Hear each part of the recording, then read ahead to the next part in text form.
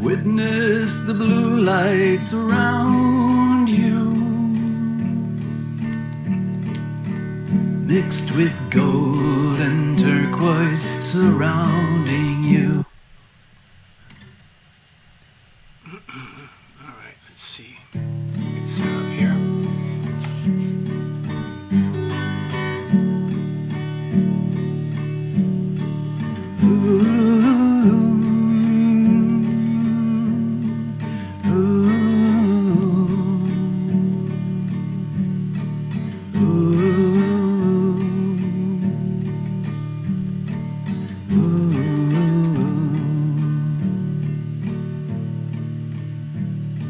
I've witnessed the blue lights around you, mixed with gold and turquoise surrounding you, pouring down on you like a shower that you shared with us for an hour. And though sometimes it feels like it's fading, I know you won't let it all disappear. Your love is the essence, it burns incandescent. Your love is a lighthouse, my dear. Your love is the essence, it burns incandescent. Your love is a lighthouse, my dear.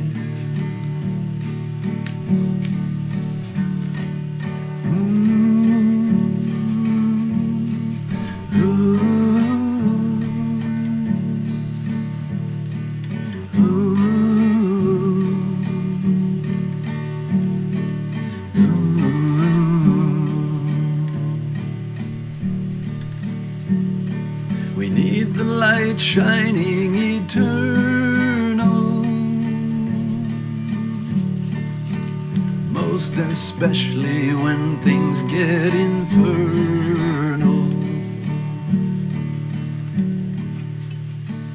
When things get all battered and shattered, lost in darkness, that's when it matters. And though sometimes it feels like it's fading, I know you won't let it all disappear. Your love is the essence, it burns incandescent. Your love is a lighthouse, my dear.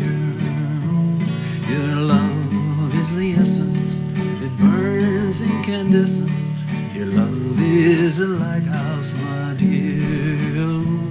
Your love is the essence, it burns incandescent. Your love is a lighthouse, my dear. Your love is the essence, it burns incandescent. Your love is a lighthouse, my dear.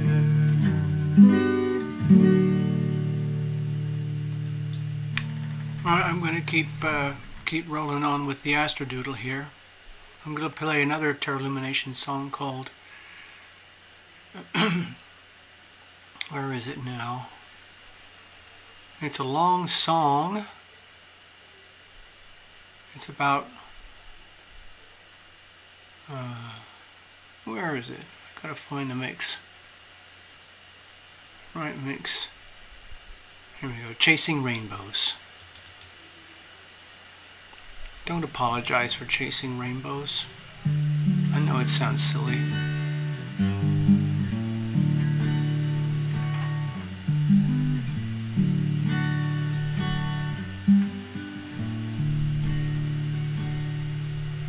Sun's rays shine upon me.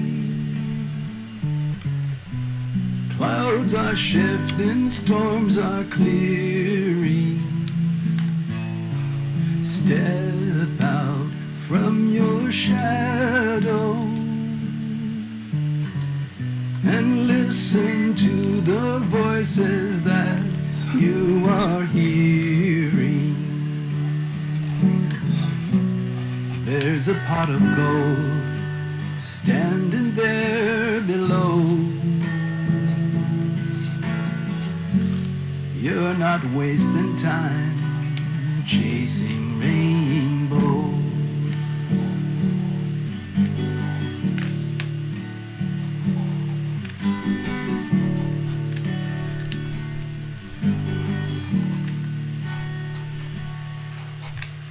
Watch the raindrops glitter.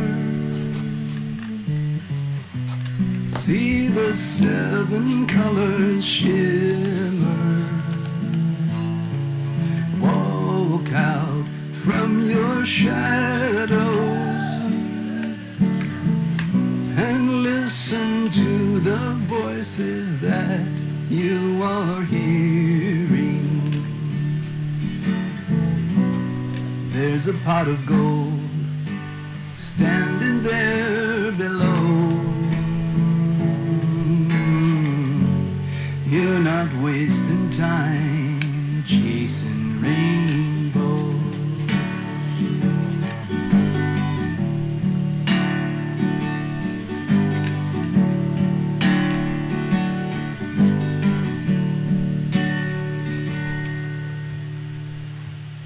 May the spirits shine upon you in return for what you've given, and light the world around you,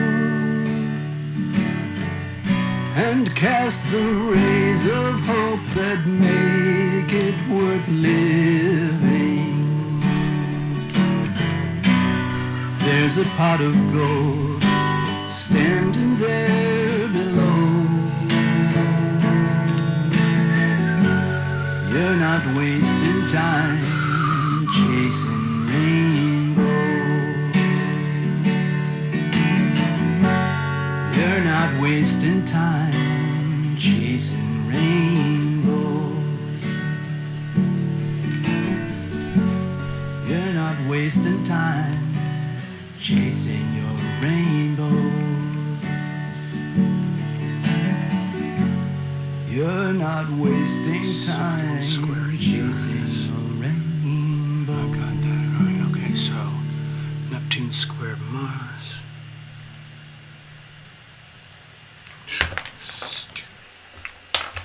Alright, hold on a minute. I screwed up here. And I don't have the... yeah. Okay, I'm going to cheer myself up a little bit because I just screwed up. I don't want to repaint the whole thing. So please bear with me.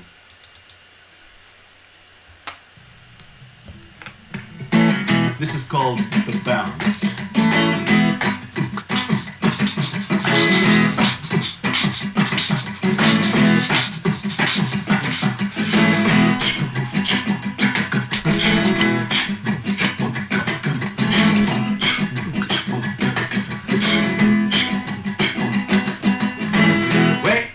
Tokyo, even in old Moscow, in some parts of Trinidad, I remember the good times I had, all along the Great Wall of China, on the decks of ocean liners, with the Incas up in the Andes, way out in Los Angeles. Let's bounce, let's bounce, let's bounce, let's bounce. I smoked powwow with Geronimo. I've been downtown with nowhere to go. I made peace between the West and East, and I've met Beauty and the Beast. I swam around the great equator. I started out sooner than later. I've been out to both of the poles, and I know where you don't go to roll. Let's bounce. Let's bounce. Let's bounce. Let's bounce. Let's bounce.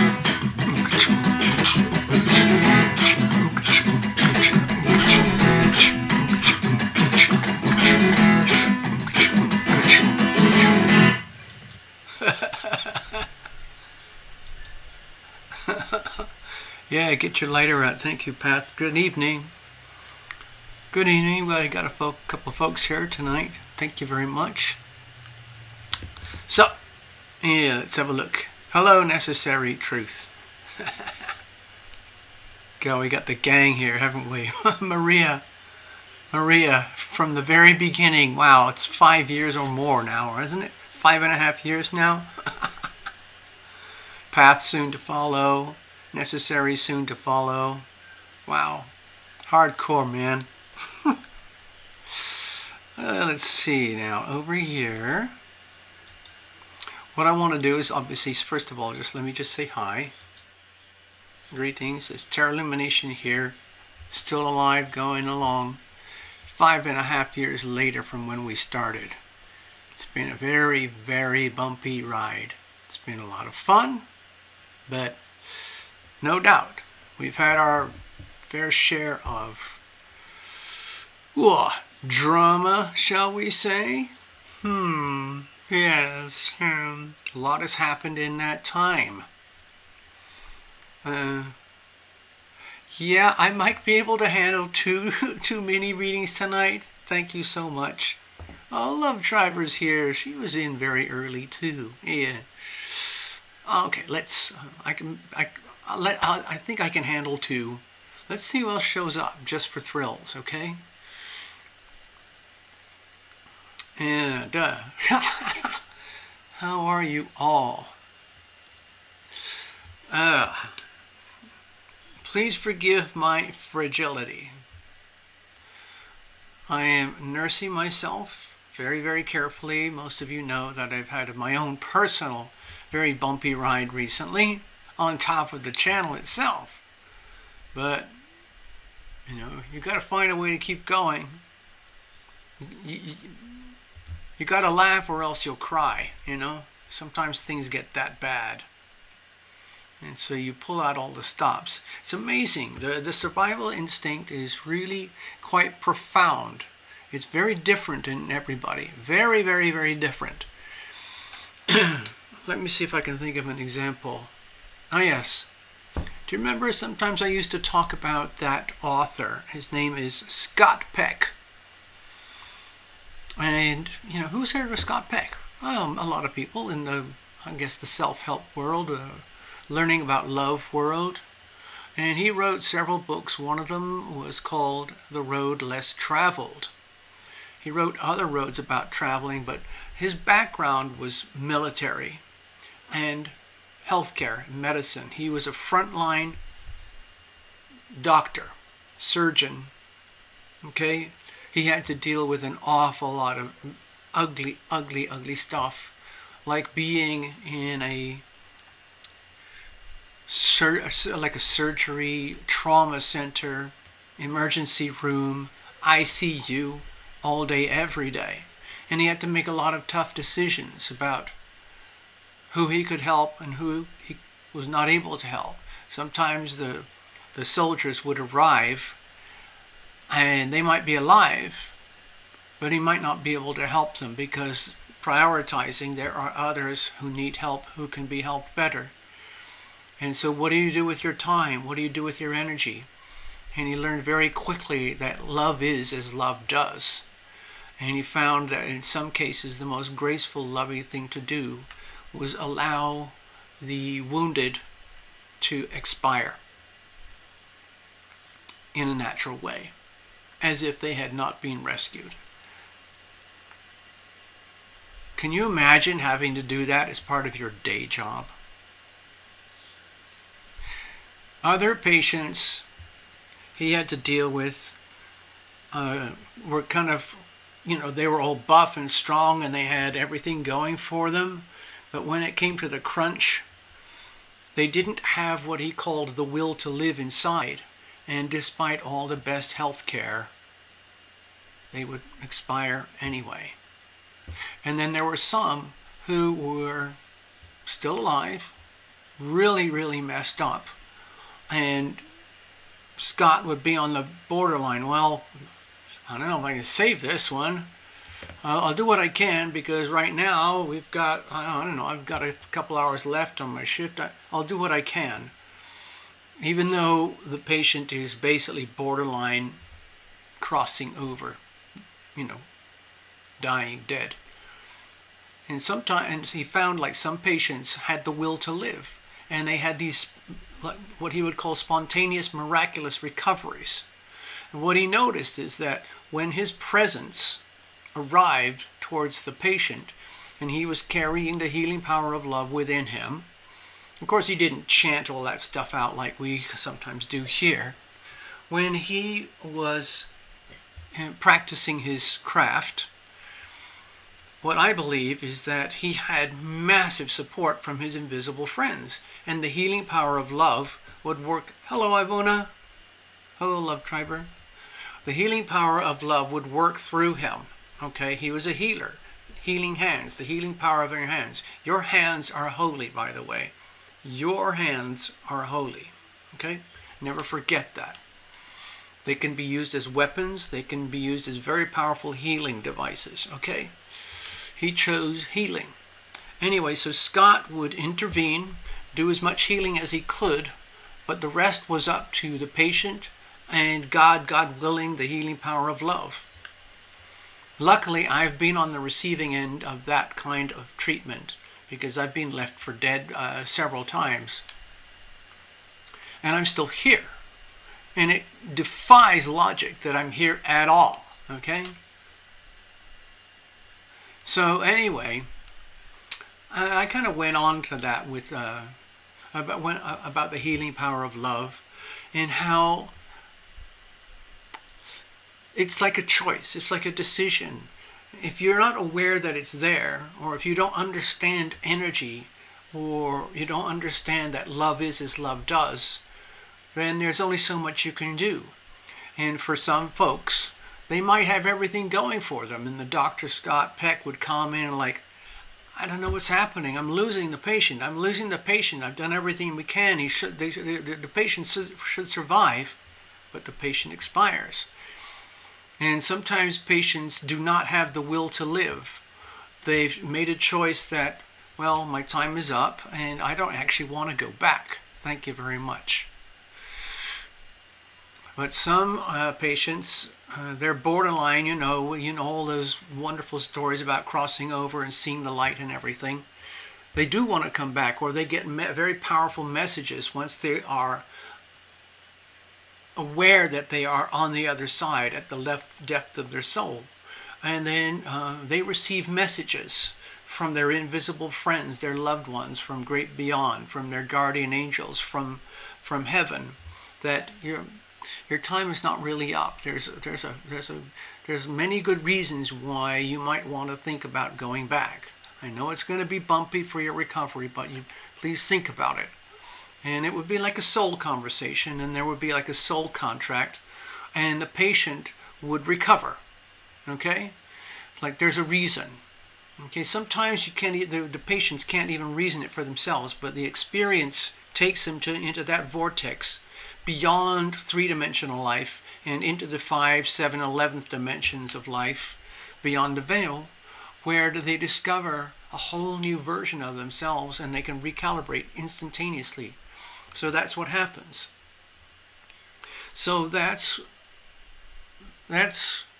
why I kind of went on about Scott Peck there, because it's like love is a decision. It's making a decision about how are you going to expend your energy. Okay?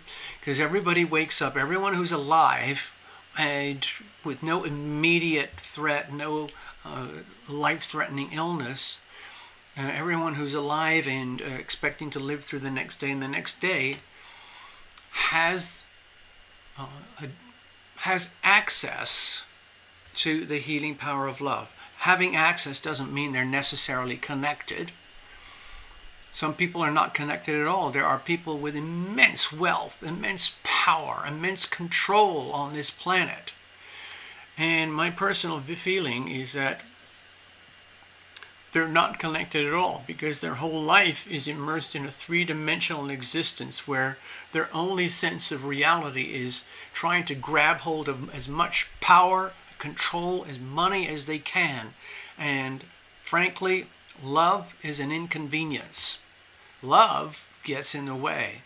What they have to do is they have to deliberately contract with themselves and others who have chosen to delete love from their lives. They might present themselves as very loving characters in some ways, powerful, wealthy, and having everything that appears to be the trappings of, oh, good folks. I got a lot of power, I got a lot of money, I got a lot of control, I'm having a good time. We're going to save the world.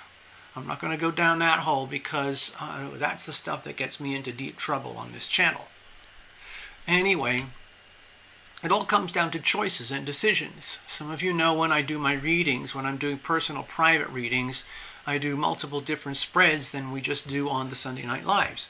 It just allows us to access much deeper aspects of ourselves and how we learn how to operate, so we can learn and understand our own individual operating systems. A lot of folks are not aware that we have our own operating systems. Parts of the systems are utterly unique to each individual, and parts of the system are universal, like universal truth, universal laws of truth in the universe. And eventually, as we mature, depending on life experience and how we are raised, or anywhere in the world, raised in poverty, raised in wealth, in different cultures, different countries, we learn and we grow accordingly. And in some countries and in some cultures, it's very difficult to mature in certain ways because the element or the essence of love is formally and deliberately deleted from day-to-day life. And it leaves countries, nations, millions, if not billions of people almost like zombies, wondering what's missing in my life. There's something very hollow. Where's the love? And so they try to substitute and fill it up with money, power, and control, like their leaders and so on. Okay. So, I had a few heavy knocks recently, so I'm really trying to simplify things here on my YouTube channel so I don't get crushed again. We have to survive here until early next year, January 2023, when the strikes will officially and theoretically be removed, and they will become out of date, or they will expire. So that's going to be a relief. So I'm very kind of shaky at the moment because it's almost like I'm terrified to come onto YouTube right now in case I just say one thing that offends the Rithogalgum. Yeah, there we go. So anyway, thank you, Necessary Truth. I'm gonna go to the stage here. Let's have a look at the Astrodoodle for today, because you know how I like to try and interpret the laws of the universe. I like to interpret energy.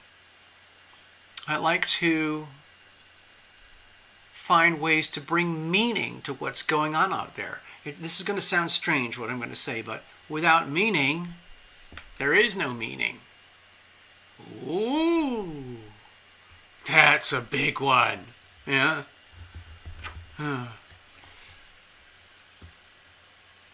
And some of you know that with the astrology, I've been doing it a long time. I've tried to go into the very academic astrology. I've had training with some really high-end astrologers. I've got certificates and things like that. But I'm also very much like an artist and a writer and a musician by nature. And I wish I could express those things more, but I'm finding it, I don't know if anyway, I'm not going to go there. But with the astrology, what I learned to do is that I don't have the kind of smart, like supercharged brain power, so like someone like my brother, for example. He has he's super smart and very articulate, very capable in the three-dimensional world. I'm very, very lucky to be able to even, frankly, be here at all. I'm usually reminded every day how lucky I am here to be in this lifetime right now in some bizarre way. So the attitude of gratitude is very strong in me. Some days it's not. If you think of it like a fuel gauge, if the fuel gauge is dropping low or really low, it's very easy to measure in my demeanor, my behavior, my physiology, my day-to-day life experiences. Because everything happens kind of by reflection. So if I'm radiating super low frequency energies of resentment, anger, bitterness, grief, regret, revenge, because of everything and anything that went wrong in my life and any kind of beliefs that anything and everything that could go wrong, any sense of hopelessness or misgivings or whatever, you end up radiating that energy. Now it was Mona Berknes over in Norway. She reminded me of that the other day because I had a gift of healing from Mona and her husband Oystein. And they noticed that I was very, very low on the fuel gauge for the healing power of love and the attitude of gratitude. And they gave me some very concise, powerful messages that they received personally from their own invisible friends, and they conveyed them over here to me. And I had to sit with those messages for a few days to let it sink in because I was so bleak. I couldn't really even acknowledge it or understand it. But in essence, you have to be fully responsible for your energy. I call it energy management. And I try to live by example, but sometimes it's really, really hard. If you've had some really, really hard stuff to deal with in life, it's very natural for your, let's say, self-defense mechanisms, your measures, your fuel tank for the healing power of love, your fuel tank for the attitude of gratitude to be depleted. Sometimes when it gets really low and really depleted on the three-dimensional plane, people start resorting to artificial elevation of those energies. Especially they turn to things like caffeine, methamphetamine, cocaine, energy drinks, okay? To get themselves up there. My life's good, man. Oh, yeah. We're going to pound it today. And then when they get up so high and they can't go to sleep, they go, oh, man, I got to crash out. Man, I need some of that. Whoa! Or they start dosing up on their liquor to go like this. And so you end up with this serious roller coasters of life where you're trying to manage your energy artificially. It's a very, very lucrative business. You probably know that Coca-Cola is loaded with alcohol. Sorry. It's loaded with caffeine and sugar. And of course, so the big industries are, caffeine and sugar industries and the alcohol, booze, and dope industries. So these are sort of natural legal uppers and downers. These are massive industries that have learned how to tap in to our emotional fragilities. I'm trying to learn how to survive with the absolute minimum amounts of caffeine and alcohol. And this is by order of my doctors. Because the alcohol and the caffeine and any other artificial, let's say, form of feeling good actually causes pretty serious interference with my health conditions with the cancer. So I intend to be here for a while. So I kind of made a decision. Am I just going to go back to drinking coffee in the morning, which I love? And am I going to then have my sips of my beer and wine and whiskey in the evening and on my live shows? You know how I love to have my little sips? No. Mostly all I do now is I live off water, soda water, maybe some 7-Up, which is like fizzy water with a bit of ginger ale and a little bit of sugar.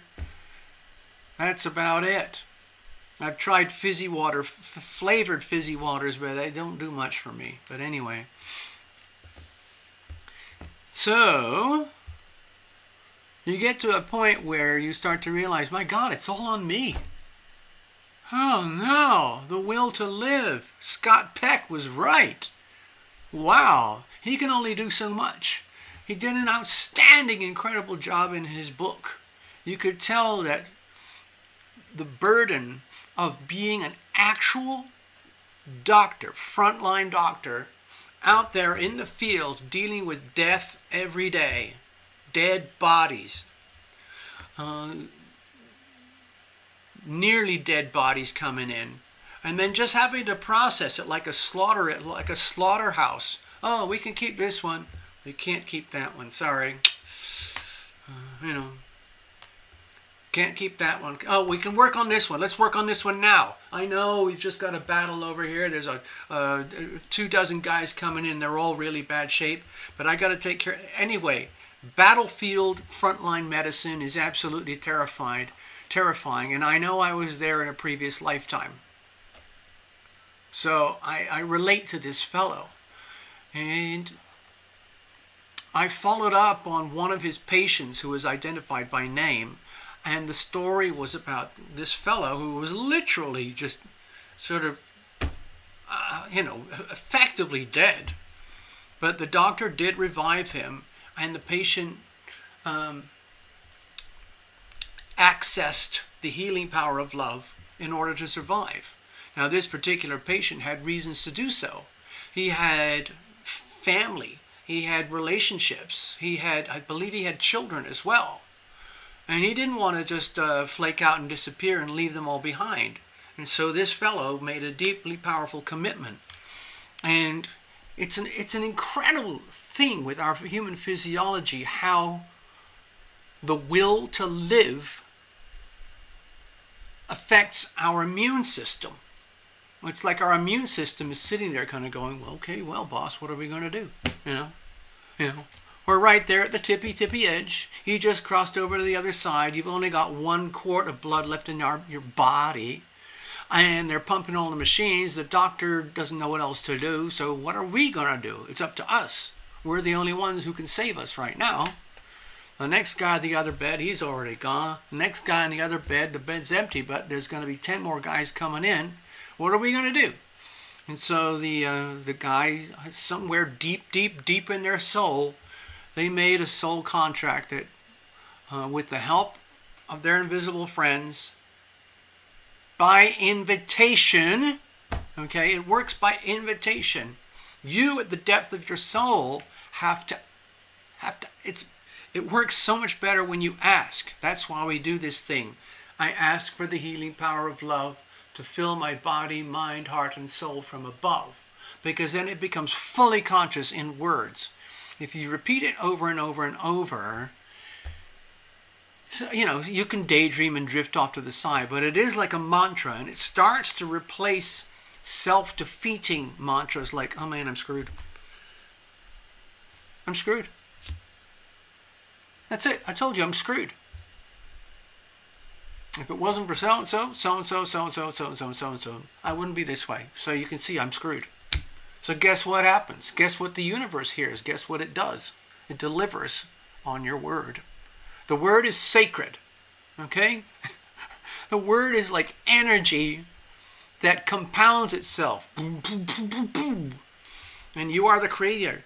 You are your own creator. You essentially, through the phenomenon, the concept of energy management, you meet the consequences of your own behavior, your own decisions. And so this fellow came back. Wow, I'm back. Wow. And so he went on with life, and he kept in touch with Dr. Scott Peck over the years. And Dr. Peck would check in like, how are you doing, man? It's been like 5-10 years now. And the guy was saying like, well, in the end, I just realized it's just a decision. I need to live. I want to live. I have to live. I have to stay alive. And so with your help, thank you very much, dear doctor, I am still going today. And I know, I could get really angry and bitter towards the people who tried to kill me, and how there's parts of my life that I will never recover, parts of my body that are totally ruined forever, but I'm grateful. I'm very, very grateful. Do you see how it works? Do you see how energy works? It's like you put it out as an energy field. You feel if I go around talking to myself all day, oh my God, I'm so fucked. Then guess what happens? That's the energy that you attract. I still haven't proven it yet, but I think this is the core of the message that Mona was trying to convey to me. Like, you have to find a way, TL, to get back to walking the talk, living by example of your own example. Because you have strayed. And the reason you have strayed is because you've been seriously beaten up by life. So it's understandable you might be feeling a little bit down on yourself, and your tank is empty. You are heavily, heavily, heavily depleted on your own healing, on the healing power of your love, and on your ability to even remember or access the healing power of love, plus the attitude of gratitude, plus all the mantras that you know and live by every day.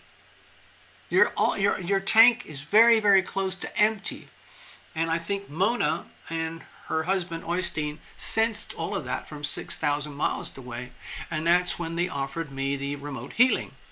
Okay? And so on some follow-ups, they got messages and they conveyed them to me. And I think in the essence, it's like, you've got to understand how the universe works. And the messages are still unfolding, okay? They're still unfolding inside me, because one of the other hints about the message is that you're not ready for it yet, but you are guided and you are protected, and you will be guided and you will be protected, okay?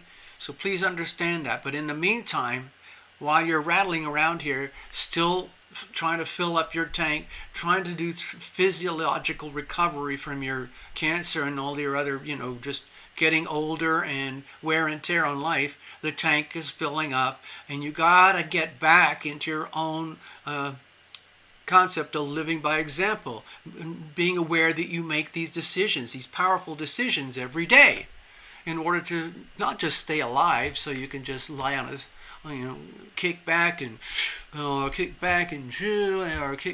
just party out. I'm talking about being alive, where you are the living embodiment of the healing power of love, and wherever you go, you are radiating an aura of light pink, magenta, and gold. That is like the supreme color of healing and fully healed and radiation of the healing power of love.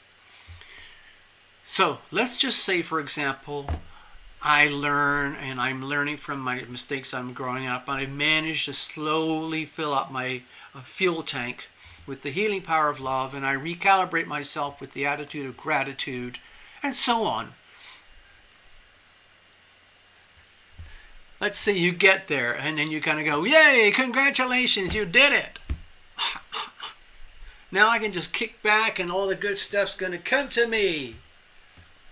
Again, it doesn't quite work that way. You might see that. Hello, Melanie McCall. Hello, Lucy B. Bless those who hurt you. Blessing my enemies, blessing the ones I love. That's a line out of one of my songs. We should play that song. It's quite a long song, so I might give myself a break and play that in the middle. So our words are very, very powerful. Our hands are instruments of the healing power of love. Okay? So it's up to you. What are you going to do with that?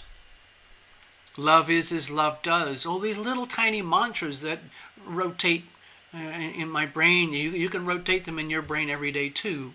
And they are highly effective at keeping you on path.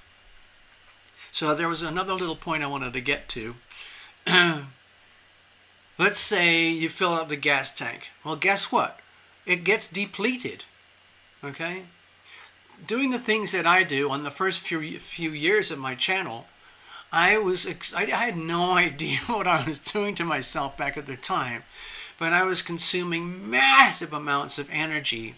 I had massive amounts of the healing power of love moving through me and out to me. I'm basically operating as an instrument, a transceiver, I receive the healing power of love. I transmit the healing power of love. I'm literally just an instrument, like a, like a relay transceiver in a telecommunication system or an electric power grid or something like that. And you try to take 100,000 volts of healing power of love and translate it down into 120 volts here on planet Earth, so it's actually operational. Sometimes you can't take 100,000 volts worth of energy and just plug it in. You would just be blown up like a taser. But anyway, here's the thing. Let me get to the point again before I forget it. You fill up the tank. You do that by request, by prayer, and it's by invitation. And your invisible friends, your guardians, your loved ones, they will respond. They will come to your aid immediately. And they're not there to live your life for you. They are there for you, but they don't live your life for you. And they'll help you to fill up the tank. But all the decisions are made by you, okay? The thing is, once the tank is full, it's really important to understand and learn this thing that I call energy management. So you don't deplete a tank like I do. Because there's a lady, she comes now and again, Tina Miller. She's a very serious, very capable medic, nurse type of character profile. And she's very, very good at, let's say, healing people. But sometimes she takes it so far that she depletes herself. And I remember we had several coaching sessions where we had to get this concept, like you cannot kill yourself, deplete yourself financially, physically, emotionally, to save people who are not ready, willing, or able to receive the healing power of love. You're literally draining your own sink. You can't do that. It's very self-destructive in a very, very confusing way, because you feel like you're being loving, but it's self-destructive. And then other people see you like, oh, wow, we can take advantage of this person. Very, very dangerous decisions. So anyway, you have to learn how to operate at these really high frequencies where you are an instrument.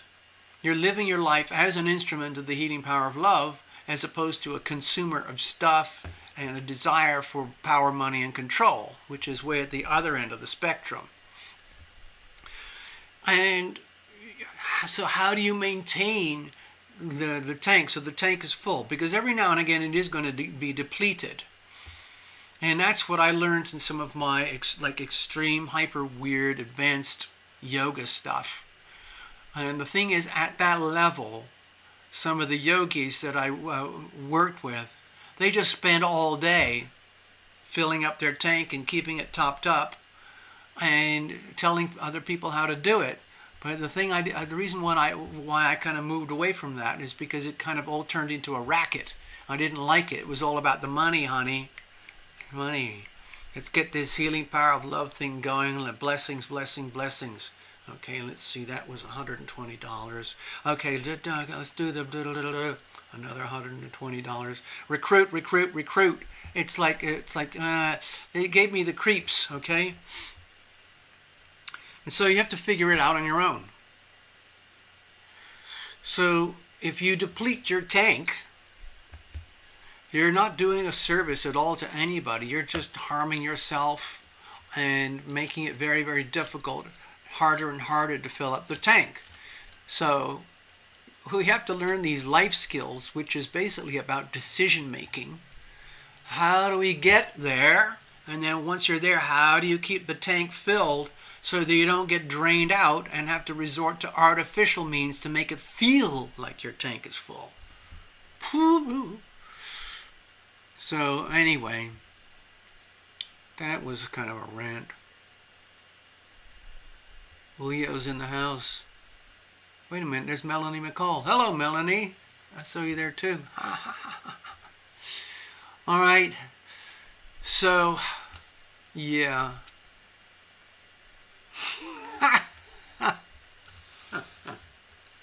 Thank you for that one from Love Trimer.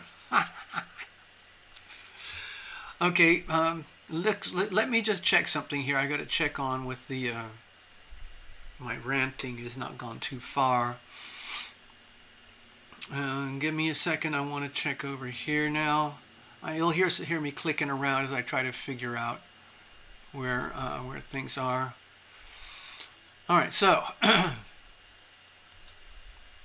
all right, we're good.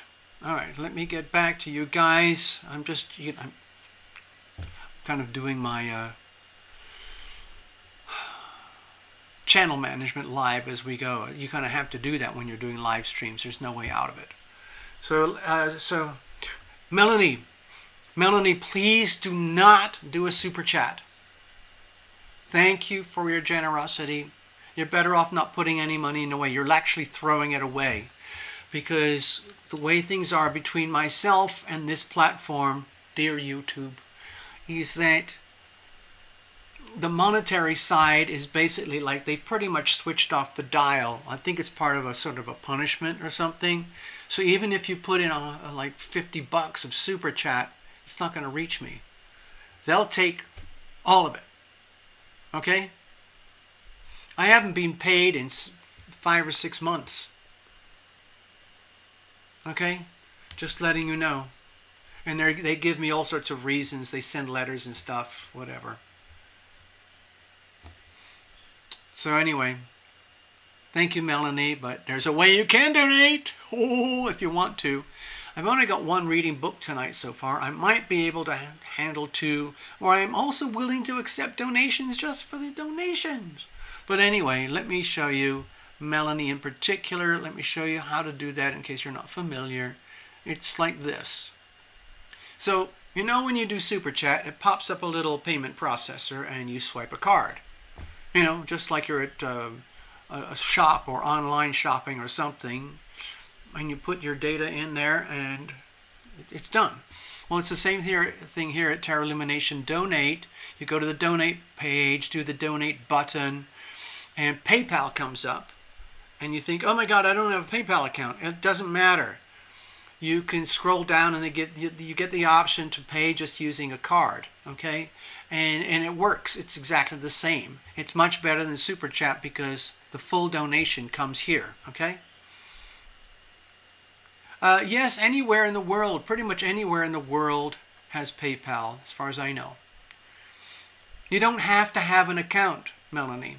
That's the point that I'm guessing in your case. But anyway, no worries about it. Let me round off here.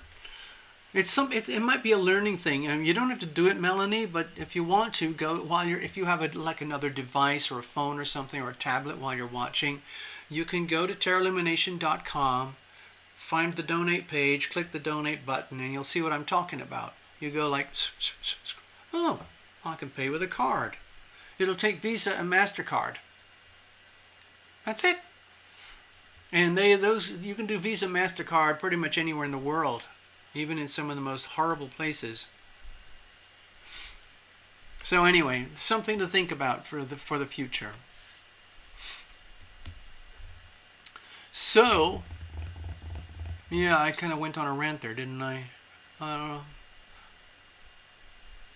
Yeah, we were talking about energy and how it works and keeping your tank full, or at least half full. Thank you, Love Triber. It really does make a difference. It really, really does. It's a very interesting strategy. It's a decision. Never let your tank go below half full, and that makes it much easier. Of course, you have to do more frequent top-ups, but that keeps you in constant motion, closer and closer and closer to the ultimate source of energy, out there. Okay, let me go to the Astrodoodle. I'm kind of on a clock here. I've got very limited, what I would call, energy at the moment. I have a lot of side effects that I'm trying to deal with, and I get depleted very, very quickly. So it might just be a really short show tonight. I'll do the Astrodoodle. I'll do a reading for Necessary Truth, and we'll just pretty much go from there. We'll see what happens, all right? So let's go over to the stage. Now, I did this while we were playing some intro music. So, we're heading towards the full moon eclipse. We just came out of the new moon eclipse, okay? Let me point this out. Let me see if I can do that over here. A few days ago, Tuesday, the moon was aligned here with the sun. It was directly aligned. The moon was aligned with the sun. It was a new moon in Scorpio. And it also happens to be an eclipse, which also happens to line up with the nodal axis. The nodal axis is south node in Scorpio, north node in Taurus. Okay? So actually I'm going to highlight this because it's really important at this time in the world, because it's to do with money. There's all sorts of astrologers out there doing stuff. I don't know what they do anymore. And I've been recommended to look at this and look at that. And I kind of get it, but I still revert to my own little home-baked boutique artisanal astrology. And what I see here is massive global financial disruption, upheaval, evolution. You know, when we do eclipses, let me do a very quick reminder course here about the eclipses and how I see them. And we did this the other day. I think I lost the chart, so I'm just going to do another one quickly. Personally, in my life, I interpret eclipses as evolutionary gateways, okay? Actually, before I forget. Jeffrey! Okay. Let me put up a card. We're probably only going to have one reading tonight, because probably that's all I'm going to be able to handle, frankly. Okay?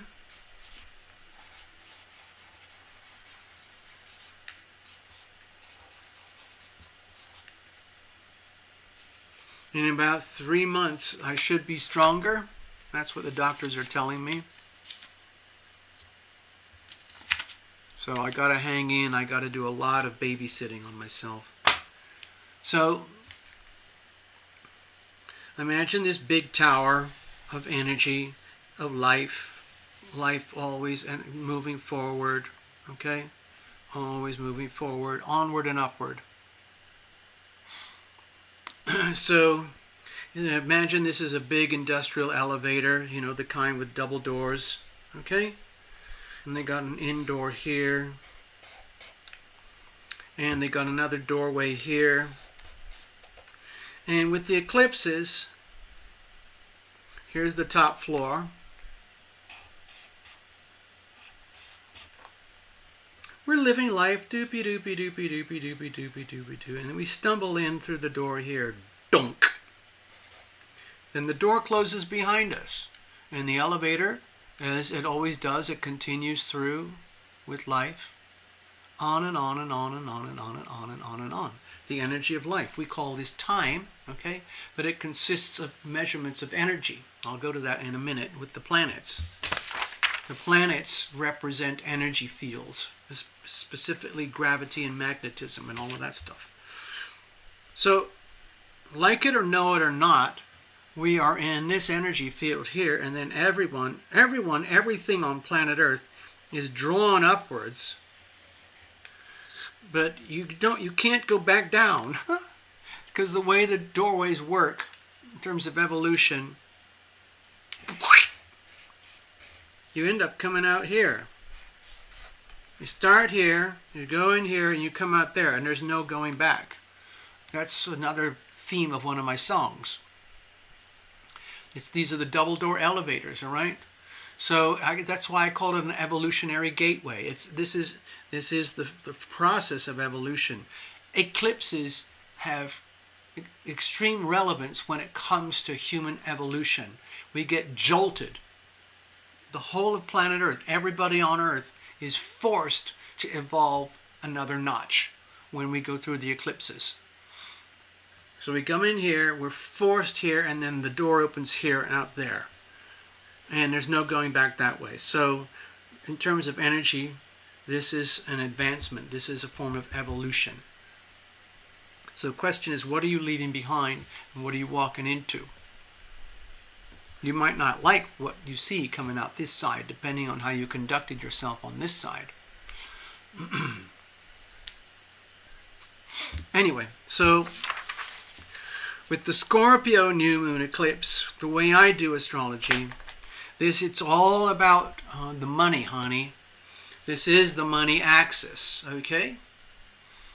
other people's money. That's big money, bankers, insurance companies, retirement plans, pension funds, banks, international banking, central banks, retail banking, stock markets, all of that stuff, and all of that other people's money.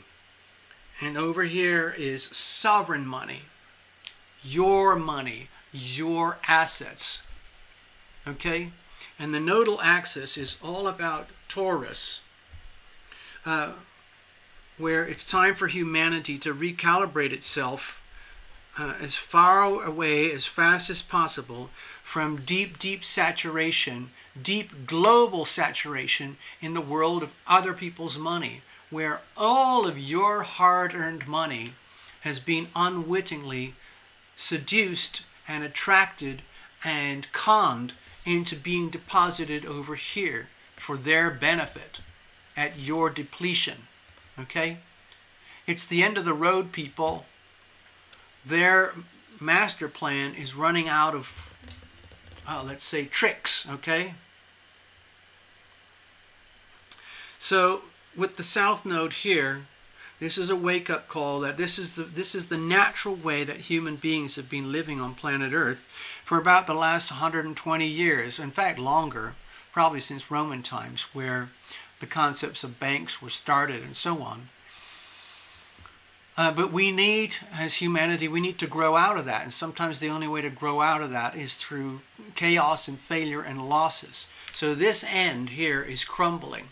There's some videos that I'm doing now on Rumble. Okay, I haven't done this one yet, but it's about the global financial system.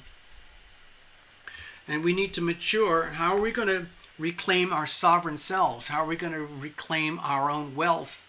It's extremely hard to do because their plan has gone to the absolute extreme limits of extracting your wealth from you and taking it over there to them for their purposes. As far as I'm concerned, I'm sick of it. I'm over it. I'm already outside the system, more or less. I'm about as far outside the system as you can actually get and still be alive in America. So I understand a little bit about this. It's not easy, and I'm not a multi-billionaire, as some of you know. But I do have things that I understand, and I'd love to share about that. But I can't do it here on this YouTube stuff. Well, I could, but I'd probably get shot down. There's a few other channels who get away with it, but I can't do it. They won't let me. Anyway, so there's a big fat T-square here, okay? Saturn is in Aquarius. Tough lessons going on here with humanity. Basically saying, humanity, when are you going to wake up and do what you have to do? You have to unshackle yourself from the South Node default easy way of living, which is ultimately very self-destructive, and you have to reclaim your sovereign wealth as individuals. Well, guess what? That's actually happening. There's new momentum going forward, particularly in the land of cryptocurrencies like Bitcoin and stuff like that.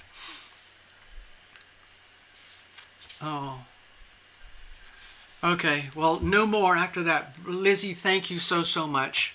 All right, I can only handle those 2 readings. That has to be it. I'd love to do 5, 6 readings like we used to do. I can't handle it right now. Lizzie, thank you so much, okay? Okay.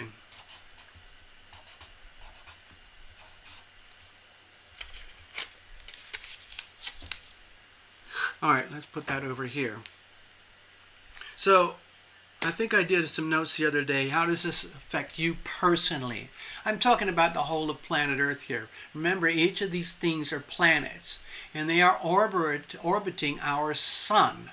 And there are intense, mind-boggling gravitational fields that keep these planets in their orbits around the sun. Sometimes things get a bit wobbly, you know.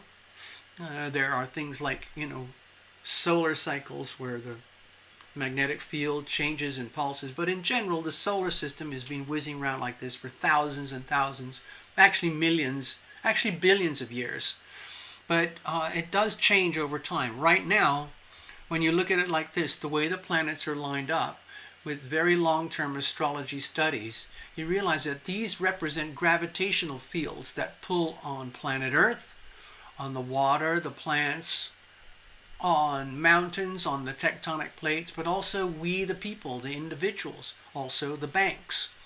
And these banks, folks, are becoming exposed for being out of alignment with truth and law and universal laws. And they're being exposed for what they really are. And humanity is starting to wake up, thank God, okay? Anyway, we're all trying to figure it out here. Mars just flipped retrograde today, so you might feel a slowing down in life and in your ability to get things done. I'm sure there's a lot of astrologers that are going to be focusing on Mars retrograde and so on and so on. We got the moon up here in Capricorn. It's almost conjoined right now with Pluto. So that's very important for America. Some of you know that America is convulsing right now because of the midterm elections. I'm not allowed to talk about elections either. Thank you very much. So we'll just get on with this, shall we? Anyway, the point is with these energy fields, it affects each one of us in different ways. This is for planet Earth. But, like if you book a private reading with me personally, and we do the Zoom and we meet up in private, it's just you and me, talking like this, okay, dealing with whatever aspect of life we're dealing with, then I would reference the astrology as well as the tarot. We do both, okay? And I like to interpret energy in a very pure way so that it's not personal. You don't have to take this stuff personally. But for example, with the new moon eclipse here in Scorpio, everybody has Scorpio at whatever it is degrees. Let's see. What degrees was it? I think it was like 2 or 3 degrees Scorpio. So it's very early on. It was very strong. And it was very close to Mercury and Venus as well. And it's with the eclipse, and it's on the south node as well, close to the south node. So the point is, like with you and your personal astrology, where does this exact point, 2, 3, 4, 5, 6 degrees of Scorpio exist in your chart? Because that's where it's going to affect you, whether you like it or know it or not. Okay? This is what's going on. I did a little chart the other day. I wonder if I still got it. Hold on. Well, give me a second here. Oh, did I throw it away? Man.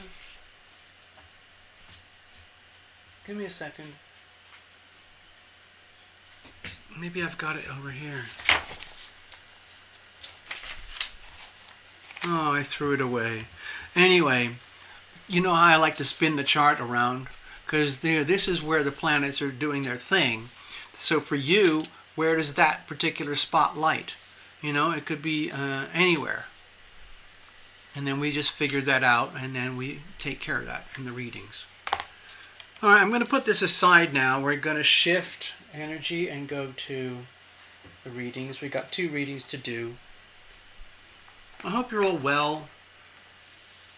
I'm glad I'm able to be here at all and do this with you. Okay?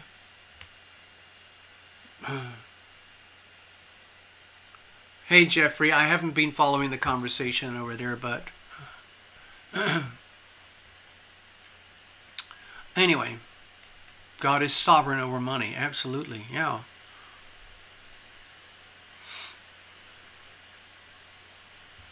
All right. Do not despair.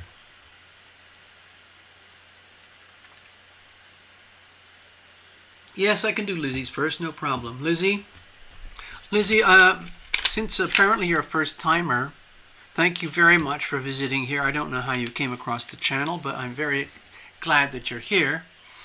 So let me just check in with you personally.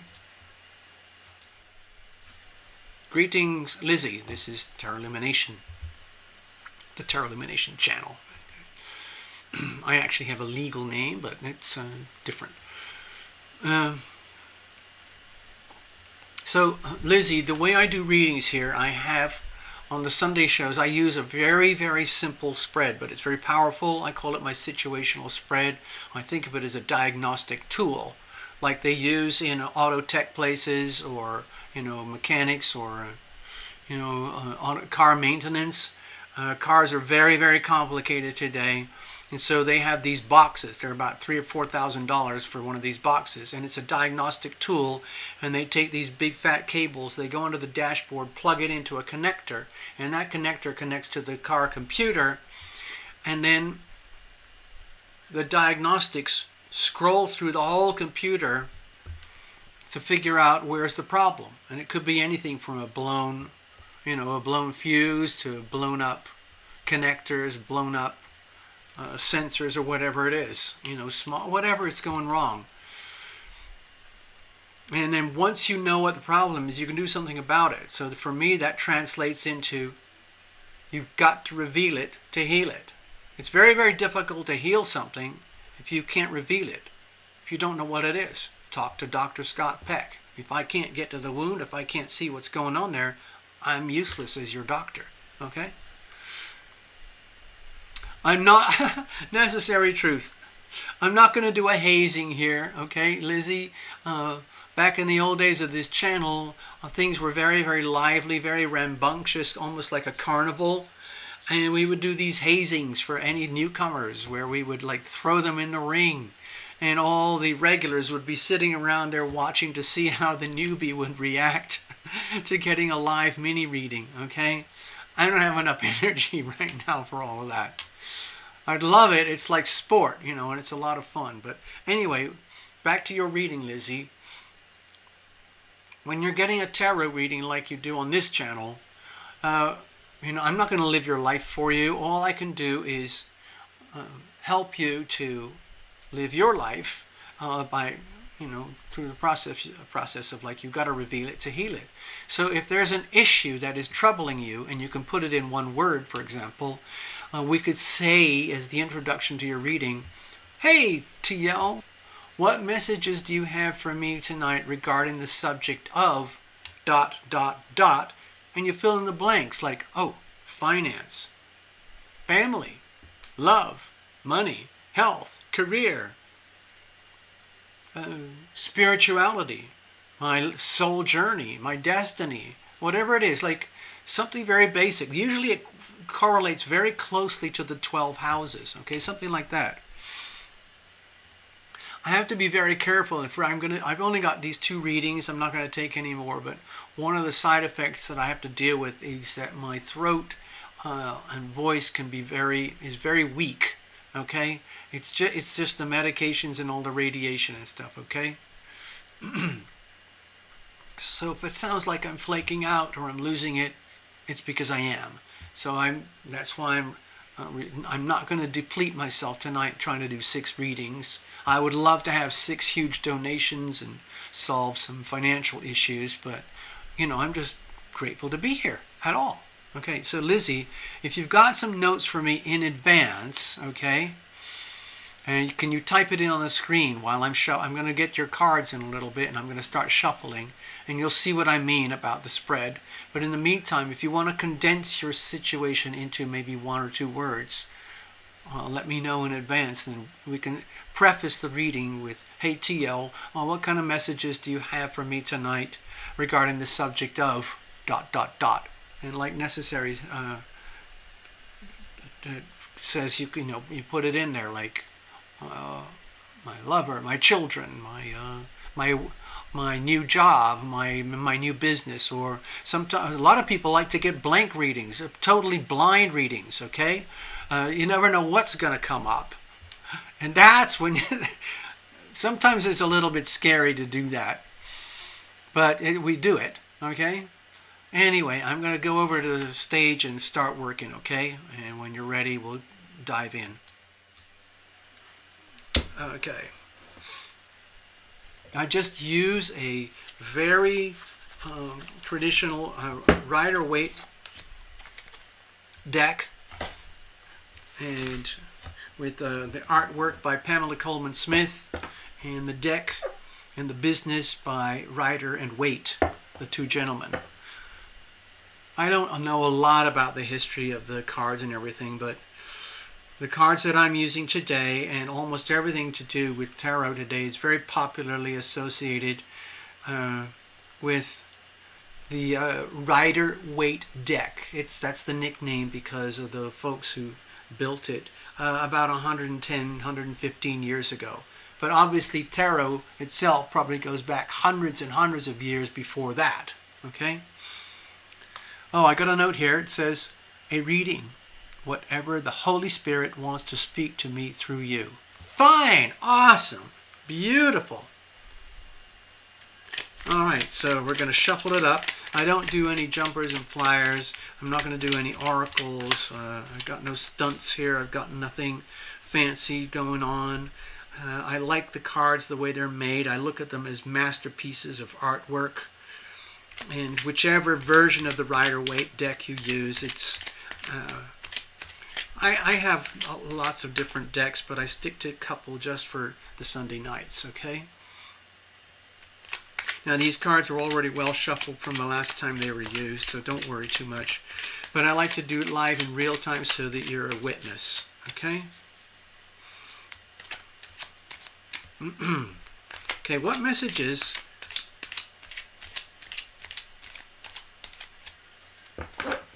Oh, hold on. Give me a second.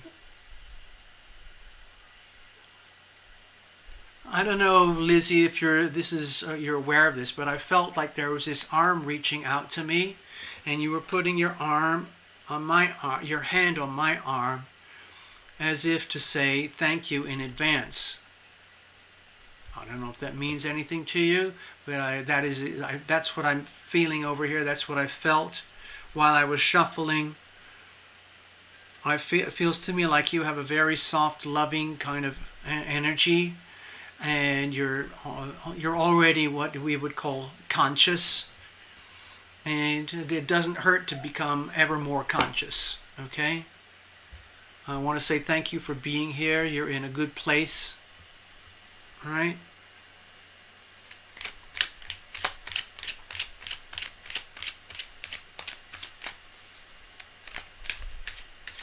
All right.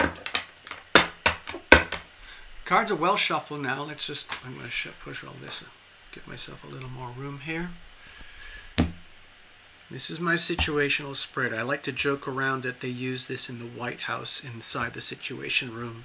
I like to joke around that I am on call permanently, whoever is the president, in case something serious comes up and they want a reading. Here we go. Here's the situation. Here's the challenges. And here's how we're going to handle it. It's a very simple spread, okay, Lizzie? And I look at this card as the external energy, external influences, to which I default toward the planets, because they are there for everyone. Now, sometimes I, feel something else, but in general, I defer to the planets. Let's have a look here. The moon. Okay, so the moon is in Capricorn tonight, right now, over here.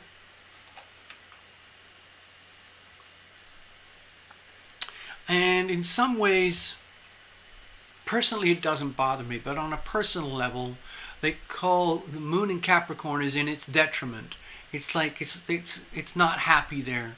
The moon is at most power in Cancer, moon in Cancer. It's very comfortable in Scorpio, moon in Pisces is very comfortable.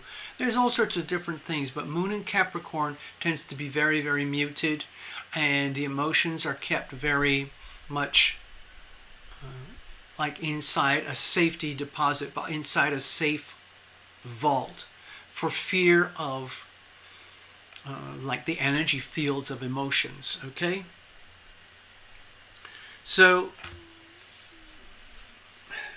since the moon is extremely close to Pluto right now, Pluto is in Capricorn, so you put the moon very close to Pluto in Capricorn, to me it could indicate that there might be a part of you which you might not be aware of, okay? Don't worry about it. Don't worry about it, Lizzie. We'll just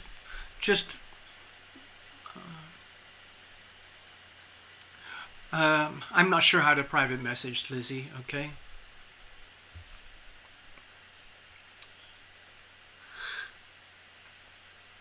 With the moon conjoined Pluto in the heavens right now, it's different for everybody depending on where it is in your chart and everything. But from a diagnostics point of view, when we talk about you got to reveal it to heal it, to me the message here is that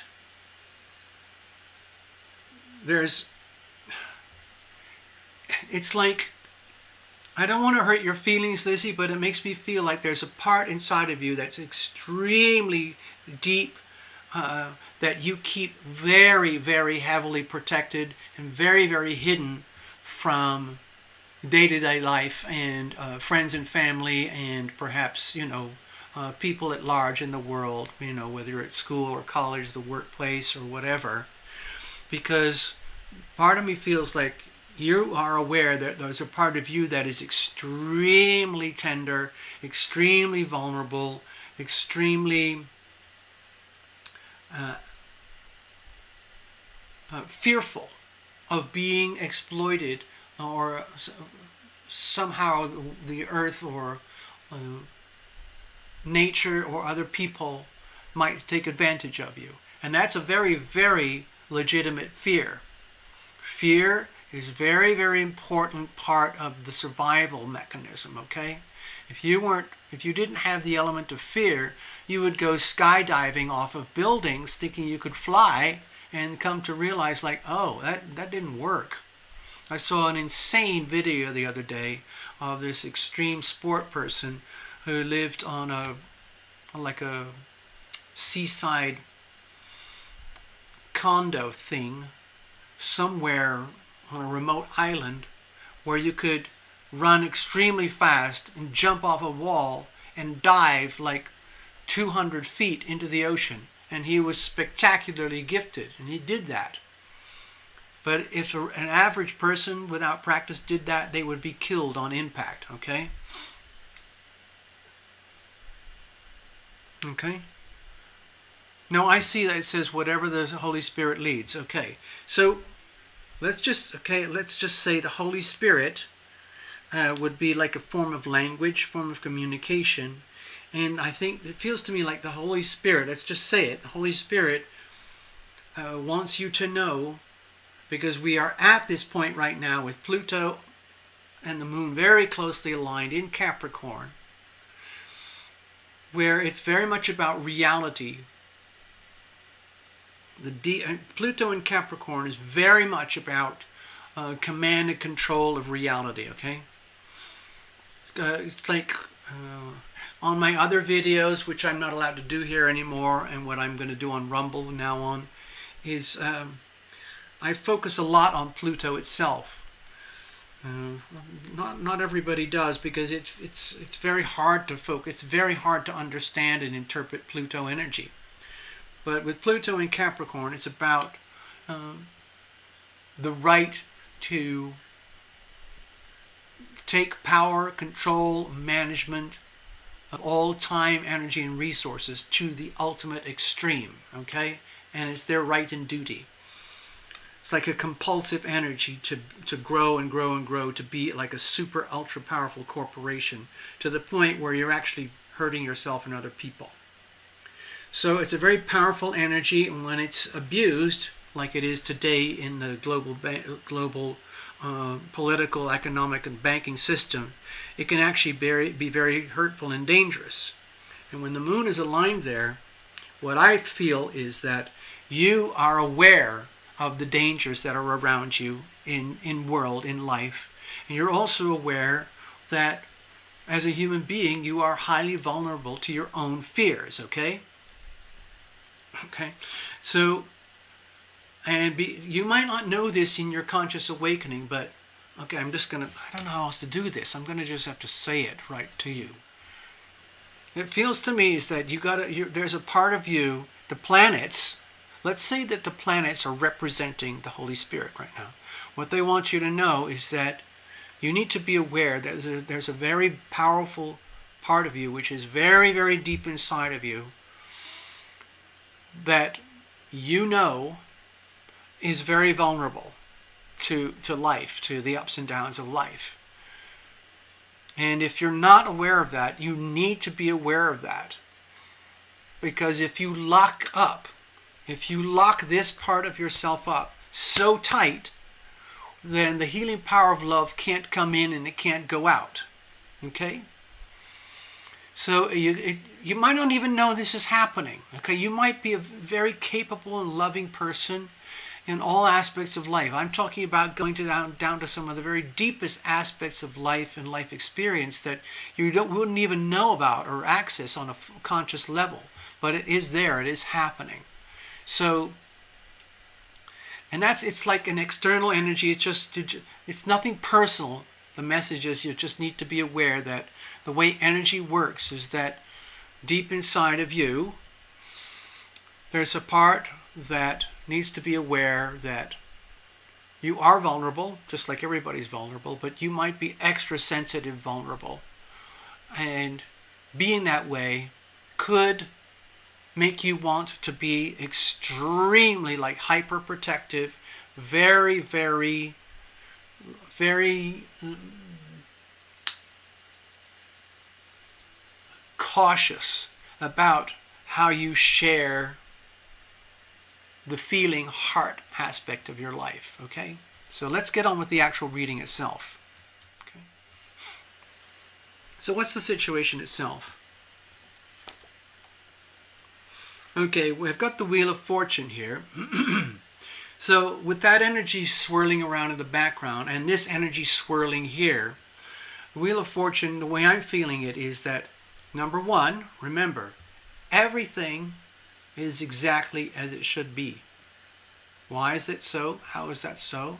Well, it's because it can't be any other way. Okay? Let's put it in a very simple way. This is perfect. No matter how ugly or frightening or how scary I described these aspects here, no matter we know, oh, retrograde this, retrograde there, oh, no, moon conjoined Pluto, oh, no, Scorpio, South Node eclipse, oh, no, you know, all of that, no matter how scary things might get, it's all perfect. It's beautiful. This is always beautiful. Always, always, always. It's always perfect. It's always beautiful. It's just a question of how we interpret it, okay? So, again, to do with fear, it's the deep understanding in terms of the elements of this life. You could call them elements: earth, air, fire, and water. You know, the raw essence of life that swirls around us every day. You could think of it as the seasons. You could think of it as planet Earth, all global finances, food, money, air pollution, career ambition, personal ambition, creativity. You might feel this is very much to do with fate, your own exact destiny. Okay? So, with the Wheel of Fortune here, you might feel deep down, like, what is my destiny? What is going on with my big, long-term trajectory in life? And maybe, if there is a deep fear of who am I really? What am I really here to do? What is my purpose? What is my meaning in this life?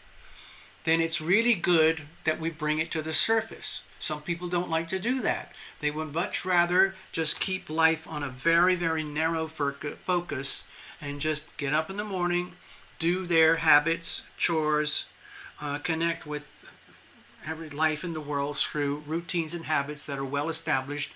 And anything else, shove it out of the way. I don't want to think about it. I don't want to hear about it. I don't want to feel it. I don't want to see it. Okay? But evolution is happening anyway. So when I link these two together, they're both very powerful cards. They're both major arcana. You might feel is that there are some aspects of your life that are actually out of your control. And of course, there are some things you just cannot control. And when that happens, people sometimes get very frightened. When they get very frightened, sometimes they can't admit it or accept it. So they try to bury the fear and carry on anyway. But sometimes that creates problems. So with the Wheel of Fortune over here, my feeling is that the situation is that life is moving on. Yes, there's crazy stuff happening in politics, global finance, droughts, floods, fires, hurricanes, inflation, the cost of food, the cost of gasoline. How are you going to survive, later in life? What's happening with your friends and family, everything. Who am I? What am I really here to do? Okay? So this might sound like it's a very big, loud reading that's too big for such a tiny spread, but that's the energies that I'm feeling here. And let's condense it into a little very simple, like, okay, well, so what am I supposed to do? Who am I really? Why am I here? What is my destiny? What am I supposed to do with my life here on going forward? Is the Holy Spirit going to guide me? You might be frightened that it's not going to guide you. That might be why you're asking the question in the first place. The thing is, after this, maybe if I can remember, we'll play a song called I Am Guided, I Am Protected. But we have to ask for it. It works by invitation. You can reach out to your invisible friends, to God, to the Holy Spirit, to heaven, and ask for an intervention, even if you want. So, this might be to do with the general energy of fate. Like you might be very concerned about your fate, your destiny, on the broad scale. Or like even it might be career. It might be where am I going with my love life. It could be anything, but where am I going, okay? So let's have a look. What's the problem here? What's the inhibitor? Okay, so with the Seven of Cups, okay, again, I'm feeling all these different versions of fear, okay? The fear of being lost, the fear of not knowing what to do, the fear of being consumed by one fantasy, one line, one lie, one dream, one falsehood, one scam, one con, like being screwed over in love, the deep, deep terror of allowing your life to flow openly and freely, and let's say giving and sharing your love, only to discover that you end up betrayed, screwed over, and deluded and conned and scammed, okay? And that's a very, very deeply understandable concern. Nobody wants to get screwed over, conned, scammed. Nobody wants to resort to artificial means of, let's say, happiness.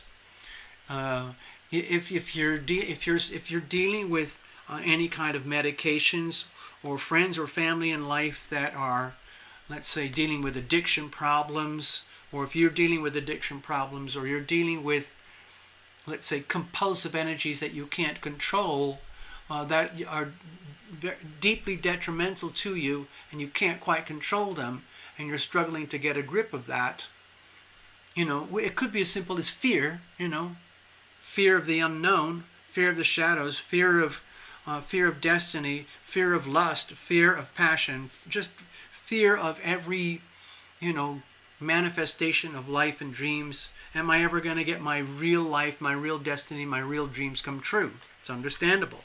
Depends on how you were raised, and it depends on how you conducted your own life in terms of energy management and the kind of decisions that you've been making through life. So I'm really glad you're here tonight, because to me it feels like it's good that you're here, because you need to be made aware of the energy of fear. Some people are terrified of fear itself, and they try to avoid it and pretend it's not there, and they live around it, or they live in denial, or they try to smother it, or they try to self-medicate, or something like that. Self-medication can come in so many different ways, and people can justify it in so many ways. And you can say things, well, my doctor told me, I'm on this, I'm on that. Love Triber was telling me about some people dear to her who are in very deep trouble because their doctors recommend this, this, and this, and this. And some of these medications are incredibly powerful, but they can also be very debilitating. And the poor woman that I'm thinking about is, I don't know how she's alive because she's so up to her head in medications recommended by their doctors. But in my experience and observation, man, anyway, that's a form of legitimized healing, which is actually detrimental. So you got to be careful of that. Okay, your body will tell you what's good, but we're still kind of like it feels to me like we're teasing away a lot of layers of energy, so that you can come to terms with your truth self. The Holy Spirit. Basically, let's look at it this way. Before I go over here, the Holy Spirit is very, very gentle, and it's around you right now, very closely. To me, it feels like what they're saying is that, Lizzie, what we really want for you is to really know who you really are. We want you to know your true self. Don't worry about what anyone else thinks of you. Don't worry about how you were raised and how you were told to be and the person you were, let's say, conditioned to be. It's time to become your true self and move away from expectations and destinies and fears that are external. Okay? I hope that makes sense to you. Anyway, how are we going to deal with all of this? Okay, so with the Page of Pentacles, my feeling here is like, take things very, very gently, Lizzie. Think of this reading as an actual physical thing of value.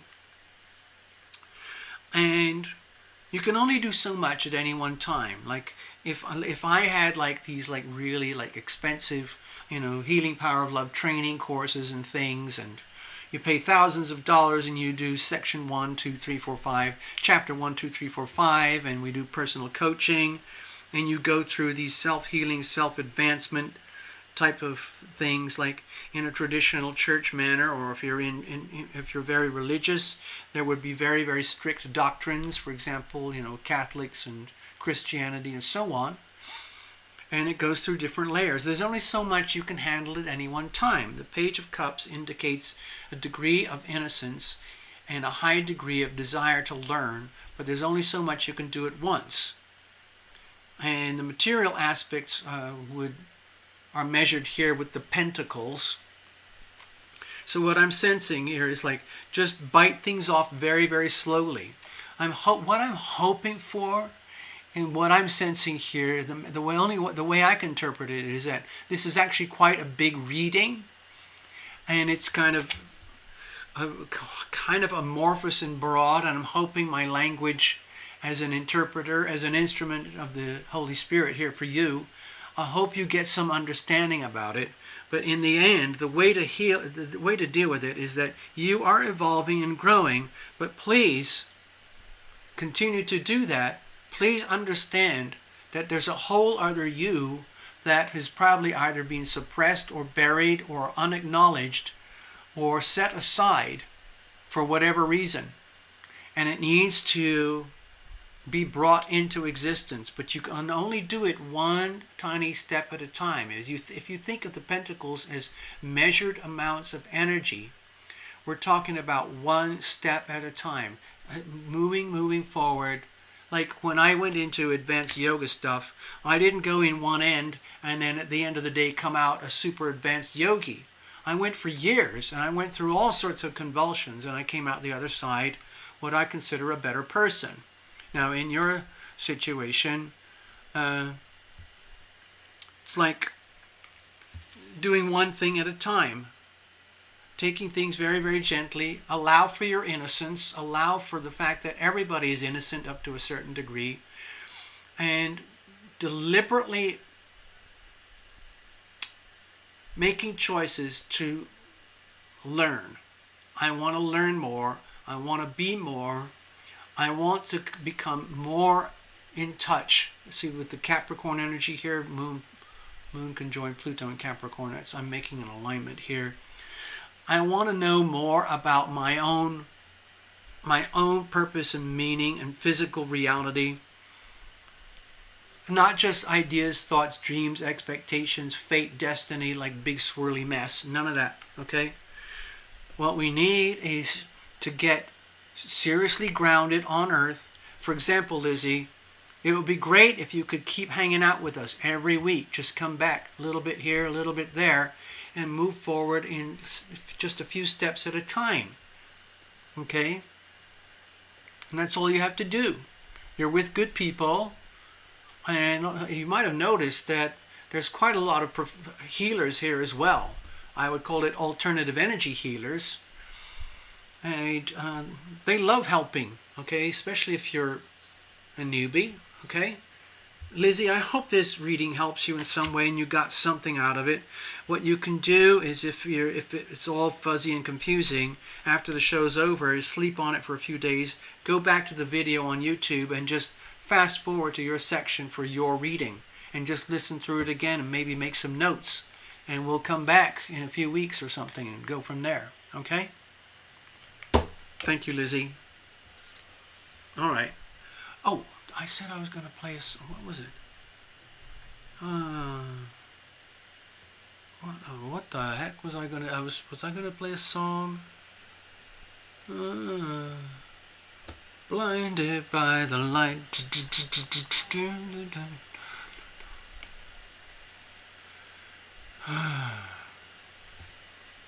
Oh, look at all that.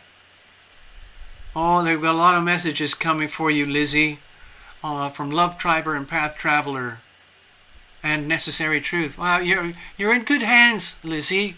Please, seriously, Lizzie, come back and join us again. I hope you didn't get too disoriented or anything out of this. I hope you got some value, okay? I got to do a couple of things here. I got to have to shuffle up the cards. We got to get ready to read for Necessary Truth.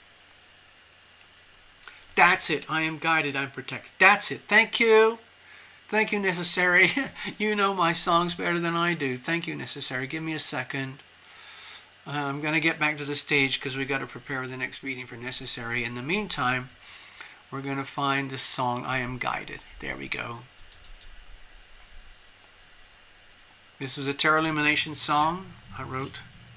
I don't know. I am guided, I am protected, I am guided, I am protected, I am guided, I am protected, I am guided, I am protected, I am guided, I am protected, I am guided, I am protected, I am guided, I am protected, I am guided, I am protected.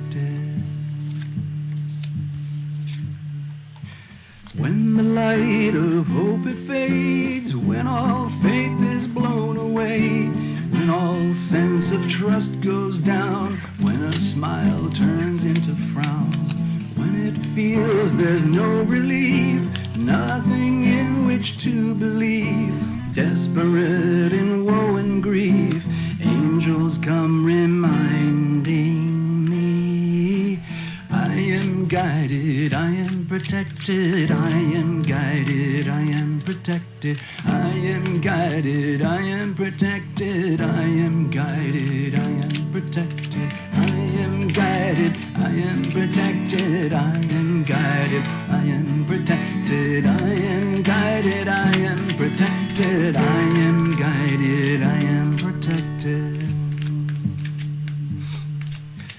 Angels gather close to me, show me what I cannot see. Angels take me by the hand, lift me when I cannot stand. Angels lead me through the dark, soothe and tend a broken heart, laughing at the circumstance, crying while we sing and dance. I am guided, I am protected, I am guided, I am protected, I am guided, I am protected, I am guided, I am protected, I am guided, I am protected, I am guided, I am protected, I am guided.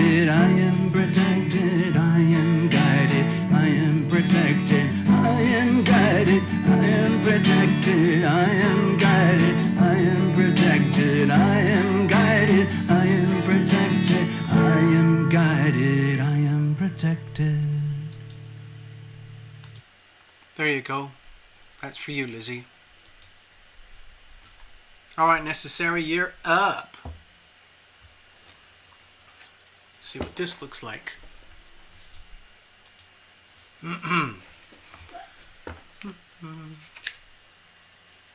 All right. Cards are well shuffled, but I'm just going to do a last minute spin in real time just for you. Okay, Necessary Truth?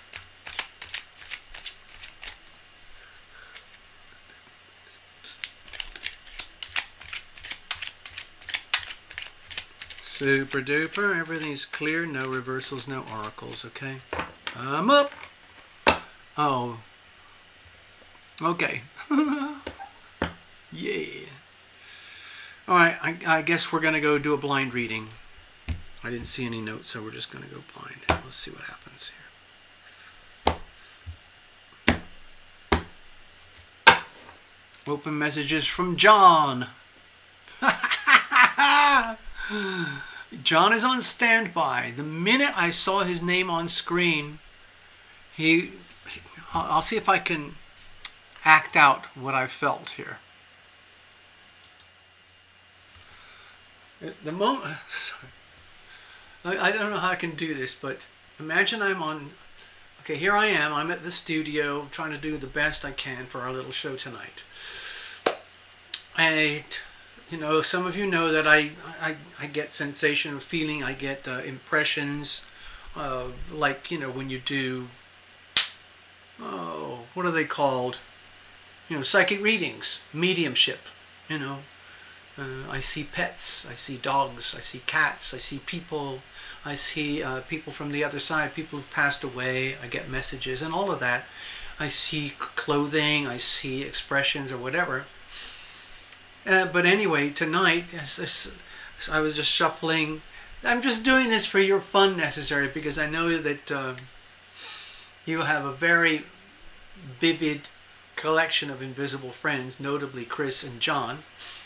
And as soon as I saw John's name on the screen, I thought, and you said, oh, what kind of messages from John? I was going, John, oh.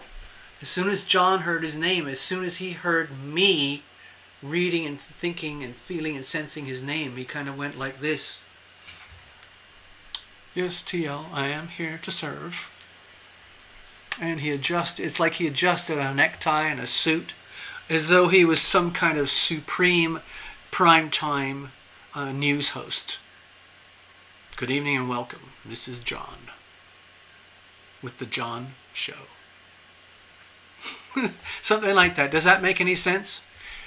For example, I like Tucker Carlson over on Fox. He's kind of radical, very outspoken, mainstream.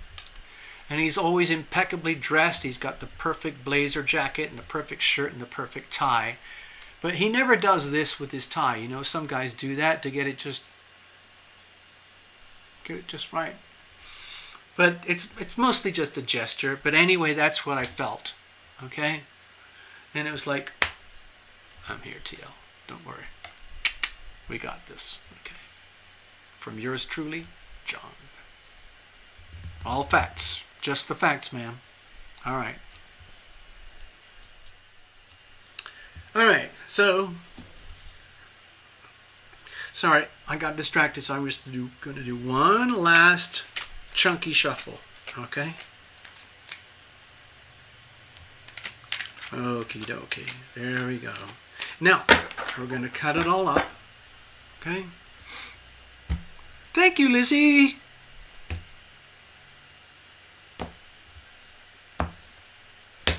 All right, we're going to do it. Let's see, what kind of messages do we have here for Necessary Truth tonight from yours truly, John. Here's the situation. Here's the challenges. Here's how we're going to handle it. All right. And let's have a look at external influences. Of course, I almost always defer to the planets. Let's see. So, 4 of Wands. I don't know Maybe I think you got a birthday coming up or something. Is that right?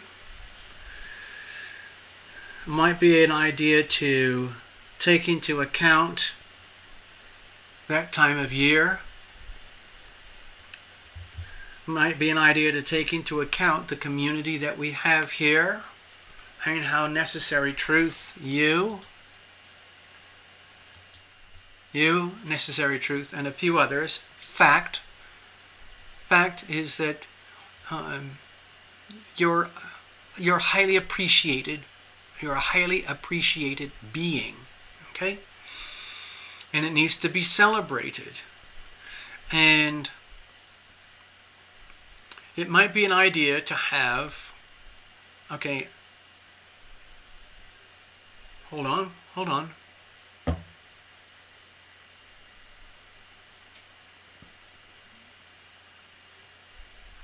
Okay, this is going to sound weird, but John is telling me that it's perfectly okay.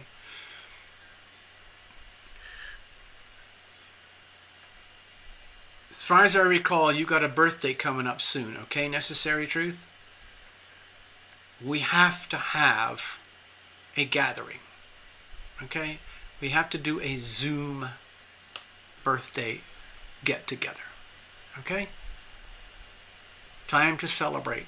Time to celebrate the community. Time to celebrate. Think of us as your community as well, necessary. Okay? Because when you talk about community, it's sort of like campfire energy. It's circular. It's round. We're all part of the same thing. And everyone has purpose and everyone has relevance. And let's just focus on you. Let's put the spotlight on you. And celebrate and enjoy your awesomeness, okay? Yes, we could share, yeah, but this reading is for you, okay, necessary? That's what I'm sensing here. I don't really feel like I need to use the astrodoodle specifically for this because the planets are going to change soon enough anyway. And I don't want to get sucked into the eclipse language and all of that. We've already talked about that enough tonight. Excuse me. Oh, dear. My voice is getting a little bit fragile. I have to be very careful, okay? So, another thing. Hold on. I gotta get really tuned in here with John. Hold on.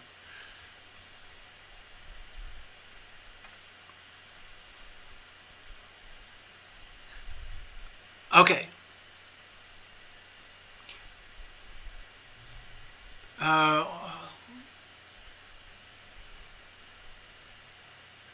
All right, so another message from this card from John is that please understand, dear necessary, it's almost like John is actually speaking to the whole world, certainly to everybody here tonight. For example, like,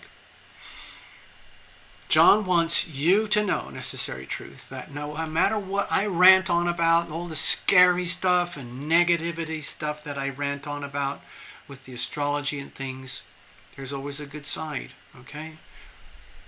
I don't mention it so much because I kind of do, for myself, I do the astrology as a weather report because I want to know what's bad so I can avoid it, so I don't have to,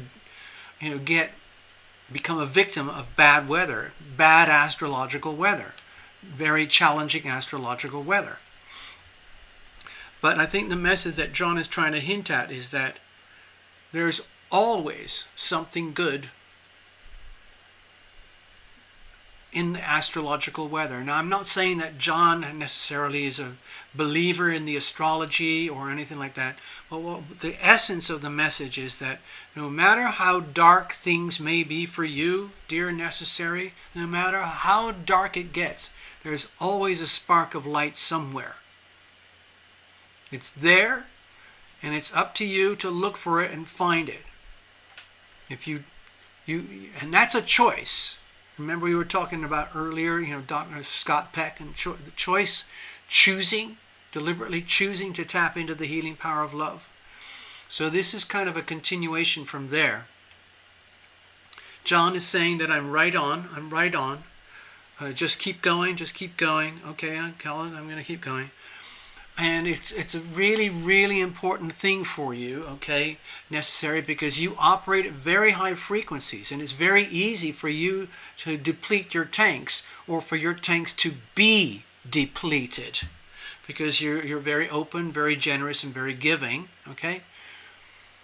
And so, let's say things get very, very low, and you, instead of you start to sink in your own quagmire of misery and fear and chaos, and you start doubting everything. You know, John is basically reminded there's always a spark of light somewhere. There's always something to celebrate. You just need to find that, and then that is like kindling wood, and that can flip the switch back to positivity, back to the right frame of mind, back to the right type of decision making, where you can say, oh, of course, obviously, it's my decision to choose to evolve and go this way. I don't have to be a victim and go that way. I don't have to keep depleting, okay? Let's celebrate. Sometimes these concepts that we're talking about here are, you know, it's one thing to talk about them, but to actually activate them and express them in your own day-to-day life, can be much, much harder. Okay? Let's keep going now.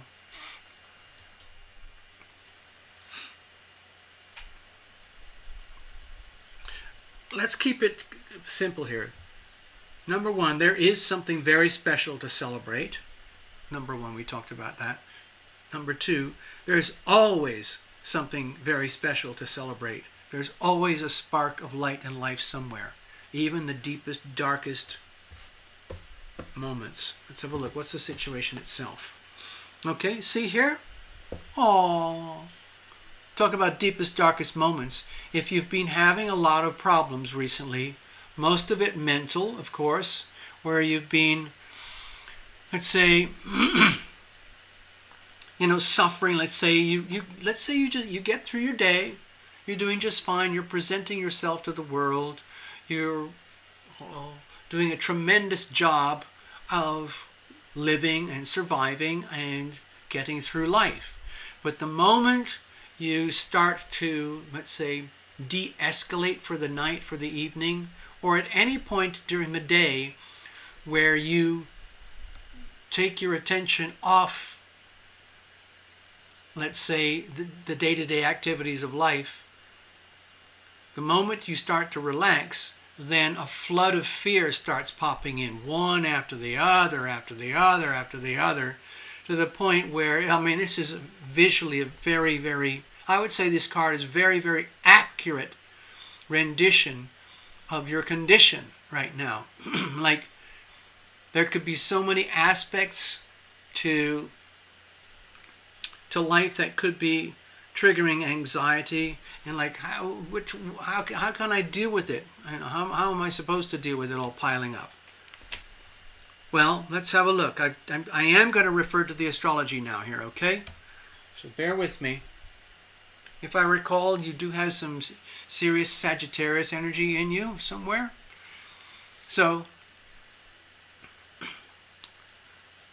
the Pisces Neptune energy and the Mars Gemini energy could be problematic, okay? The Gemini energy represents the opposition to the Sagittarius energy. Mars has been moving forward through Sagittarius. It's almost at the end here. Now it's going to go retrograde. So this could represent the house of... Let me put this on that. See if I can do this for you, okay? I've done this before, okay, people? Let's make... This is now the horizon, okay? All right, this is now the horizon of the chart. This is the first house, second house, third, 4, 5, 6, 7, 8, 9, 10, 11, 12. So we're putting you in the first house.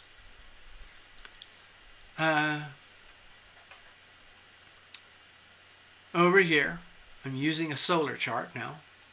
This is being opposed by Mars. It has been opposed for many, many weeks now. and it's going to start retrograding back here. Okay? And you might feel that as external pressure. This is the house, the 7th house is the house of open enemies. So there might be some very, very obvious threats, conditions, circumstances, people,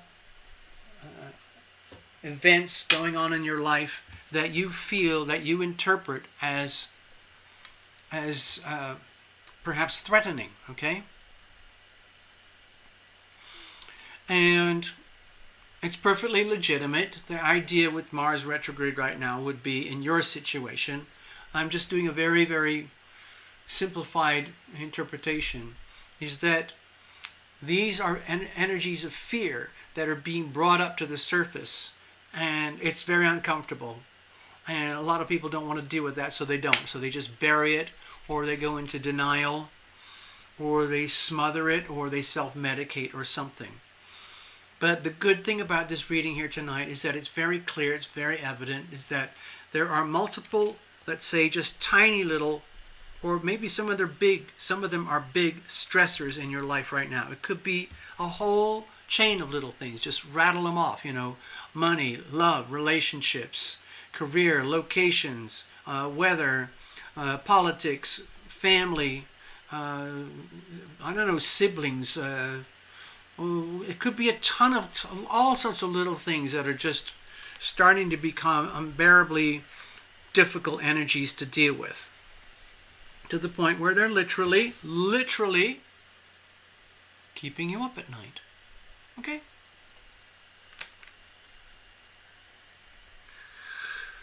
Okay, so what's the problem here with all of this? Obviously, there's a problem. The problem is that we have a problem. Okay? Oh, look, poor Nikki. Okay, poor necessary truths here. To me, it makes me feel like you're at a breaking point, to the point where I don't know if I can take it anymore.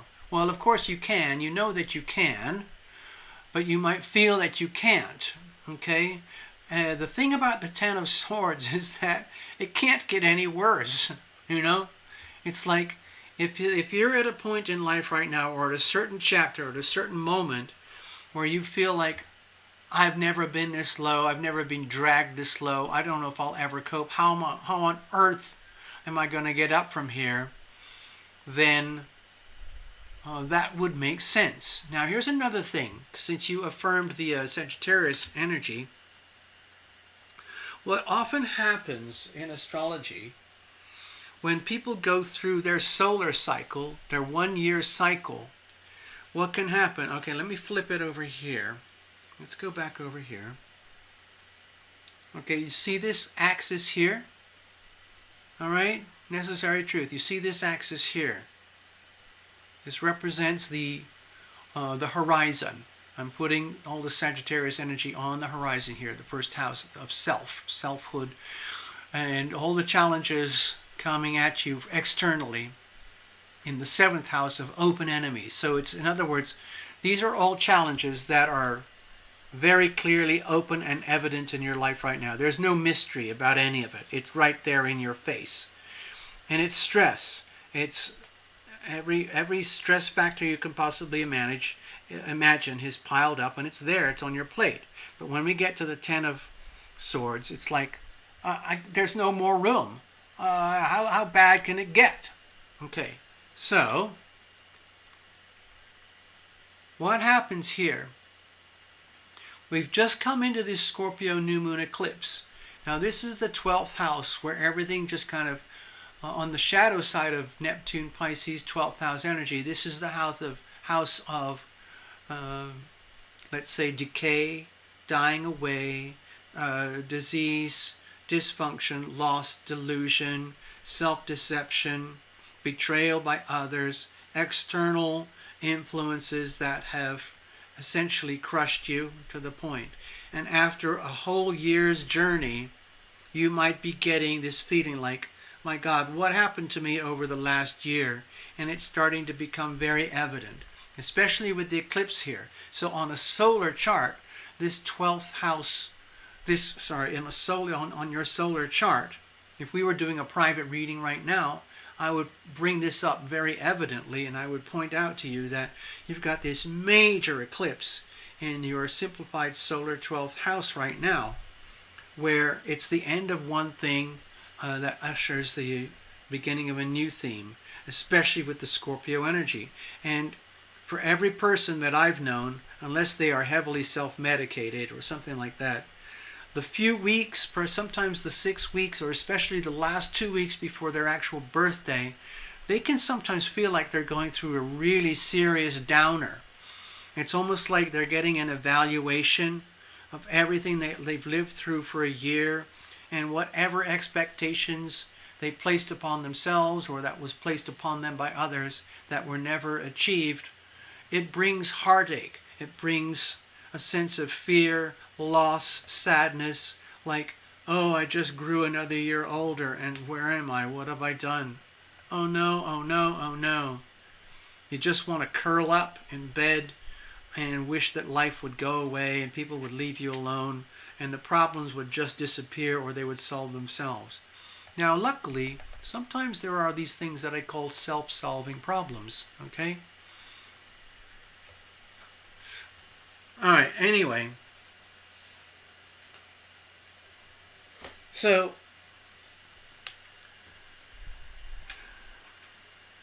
John is saying, don't be scared. You need to be aware.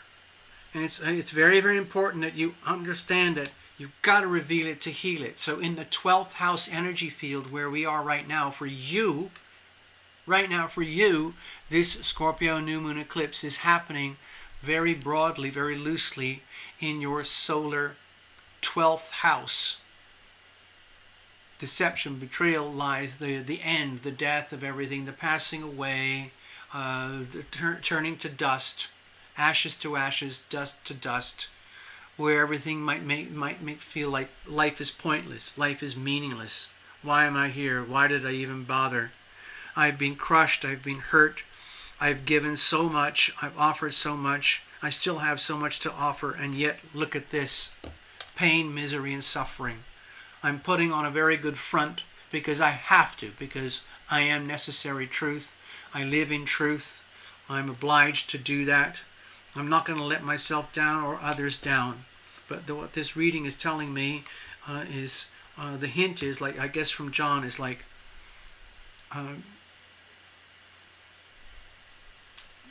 this needs to be known, okay? So that you can deal with it. So that you are not, so that the fear doesn't own you, okay? The anxieties, the fear, the stresses, all the challenges, so that they don't own you, so that you can get back to this, get back to your good self, okay? So, how are we going to deal with this?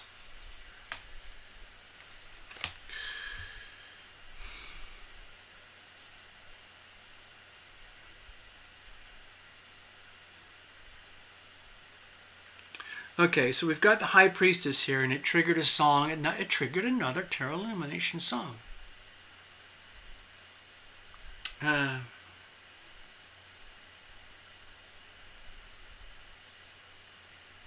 think it's the I Surrender song. The only way out is through. Where you surrender to the great beyond, okay? It's a very, very appropriate energy when you're dealing with powerful 12th house issues. It's the energy of surrender. It's the energy of acceptance. It's the energy of realizing and understanding that you can't know everything about everything all the time at once. You're just you living your life, and that's more than you have to, that's all you have to do. Whatever you don't know, whatever you can't understand, whatever you can't deal with, that's okay. In other words, I surrender. I surrender. I surrender to the mystery of your sweet embrace. Now, the sweet embrace is the embrace of heaven in this case, okay? It's almost like John wants you to go back and understand the basics. Let's go all the way back to basics. necessary truth, you love to be happy. You want to be happy. You deserve to be happy. You've given a lot of light and healing to other people. You deserve the same thing yourself, okay? And, take care, Jeffrey. We'll hang out again soon, okay? No worry. Don't worry, necessary, okay? My feeling here, I think I already did a bit of a description here. It's like, don't be too hardy on yourself. We needed to know this. It's like this needed to be brought to the surface in open conversation. You can't conduct your life as though everything is awesome, wonderful all the time, and all you have to do is pray here, pray there, do this, do that, and it'll just be fixed. Sometimes we can get to the point where we're actually like acting like in a charade. And that's where we take it too far, where we're taking our normal ways of energy management to keep ourselves in good spirits, tapping into the attitude of gratitude, doing daily practices to keep us in alignment so that we are good receptors or receivers of the healing power of love, so that we can be good transmitters of the healing power of love. But sometimes we can take it too far. Things like survival get in the way. Obligations, just day-to-day life get in the way. Relationships, home, family, circumstances, money, everything in life can pile up and be so stressful. You don't have to fix it all. You don't have to know it all at once. All I'm suggesting is that it's like the evolutionary leap to maturity here would be to surrender. Does that make sense? To surrender to that which is. This is what is. Okay? It looks very scary, and so it is in some ways. But there's also this, and that goes back to the very core message at the very beginning of the reading, where John wanted to convey that no matter how bad it gets, no matter how bad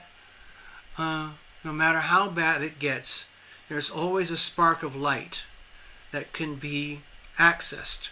And from there, you can use that as kindling wood to gently build up a fuller, richer, like lighthouse beam in your life itself.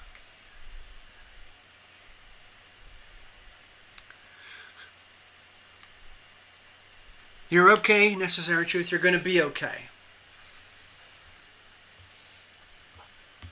There's always a spark of light, okay? And we're going to celebrate you, okay? All right. That's basically the reading as I feel it. And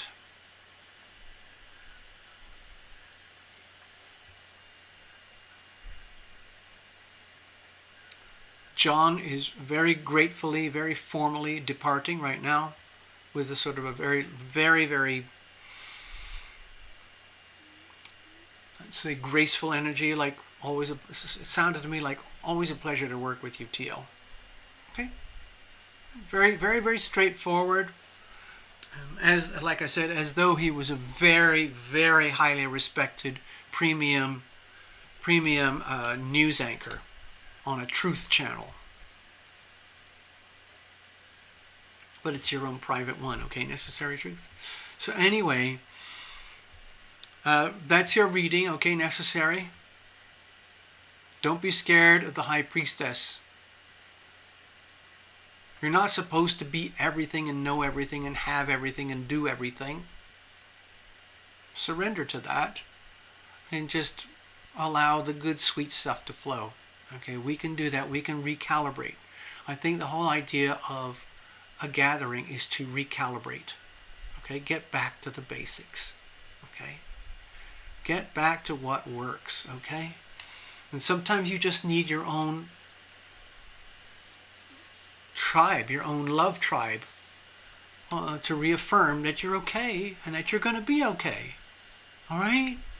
You just needed to hear it externally.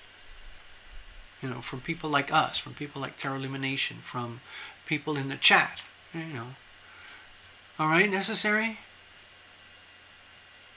Rise like the phoenix. Yes. Okay. So I'm going to play a parting song here. And if I keep rolling on, let's say you keep chatting, everyone in there. What's the song? I'm trying to think of the words from the song. Which song is it? I'm going to play a song called The Blue Light. Listen to the lyrics carefully, okay? Let me see if I can find that. And where is it? This is one of my songs I wrote quite a while ago. The blue light refers to the aura, okay? Because I worked with a bunch of these yogis, and there was one in particular. She was very powerful. And I remember very clearly the day when I actually saw this massive blue aura radiating off of her when she was basically working with a room full of aspiring yogis. It was quite mind-boggling to witness. It's called The Blue Light.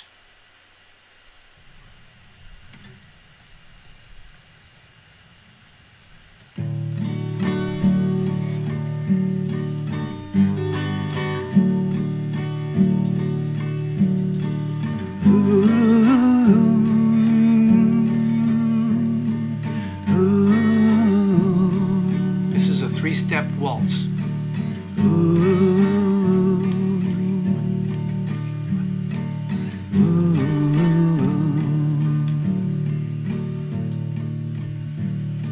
I've witnessed the blue lights around you, mixed with gold and turquoise surrounding you, pouring down on you like a shower that you shared with us for an hour. And though sometimes it feels like it's fading, I know you won't let it all disappear. Your love is the essence, it burns incandescent. Your love is a lighthouse, my dear. Your love is the essence, it burns incandescent. Your love is a lighthouse, my dear.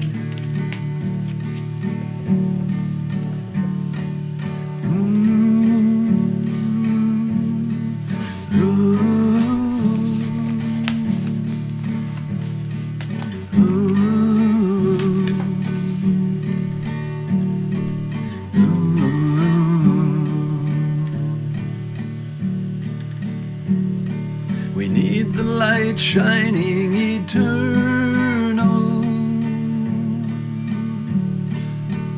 most especially when things get infernal.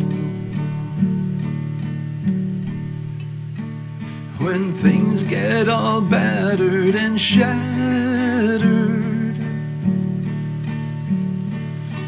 lost in darkness, that's when it matters.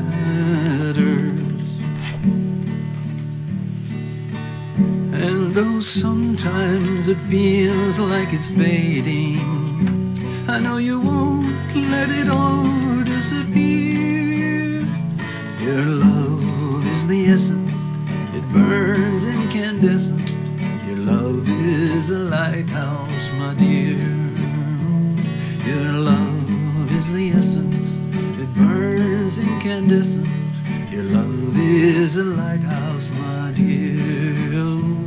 Your love is the essence, it burns incandescent. Your love is a lighthouse, my dear. Your love is the essence, it burns incandescent. Your love is a lighthouse, my dear.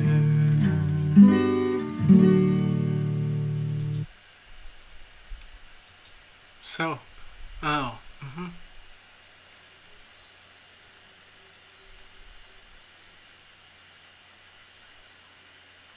Thank you, Path Traveler.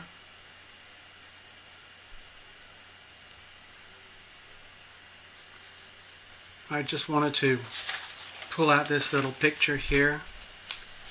I don't know where I've got the original, but this is what I saw.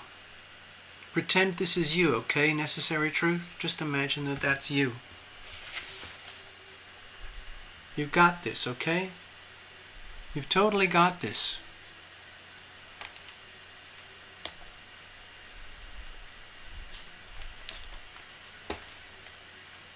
See? Let's see if the camera will get a better focus. It's tricky, isn't it? It's not working very well. It's kind of fuzzy on the edges. I'm sorry. Yeah. This is actually the manuscript for this other book that I'm writing, but I have become stuck for years now because I'm scared to go back into the manuscript because it takes me into the world of deep pain and suffering from years ago when I found out I first had the cancer, and I was, oh God, it was a freaking nightmare. But anyway, I came through, and this is a sketch for the front cover. And let me show you what the front cover, in theory, if I ever get it finished and published, this is what the front cover of the book is going to look like. I wish you could see it close up in person. I did the basic outlines, but this amazing artist did the final touches for me. Thank you very much. Alright, so we've got to close out of here. Let's wrap things up, folks. Thank you all for being here. I'm going to put this aside. I'm going to check out. Say good night and farewell. I'll be right out there. I'm just let me see here. Thank you. Thank you, Lizzie. Thank you, Necessary. It's been a pleasure. And what was that? I was going to play another song. I surrender. I just played it. Oh no, I didn't play it. Let me just play one more song, and then we can all go about our business. Get back to our lives, okay? I think it's called I Surrender. Did I play that already tonight?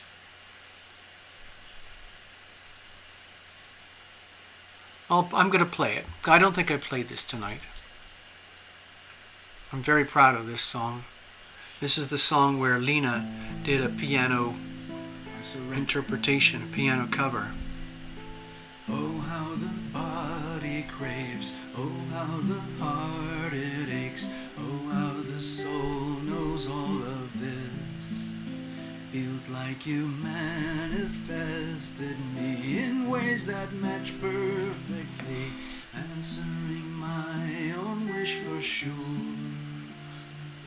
So many lifetimes in the making, this time round there is no faking, no mistaking. I surrender, I surrender. My hands are held up high, my knees are on the ground. I surrender, I surrender. I hand myself over to the mystery of your sweet embrace. There's no going back, don't even have any maps to our new futures. There's only our next breath. We're so fully committed and so fully engaged, so courageous and fighters to the death, building bridges from your heart to my heart, forging bonds of honest structure, our new start. I surrender, I surrender. My hands are held I surrender, I surrender. I hand myself over to the mystery of your sweet embrace.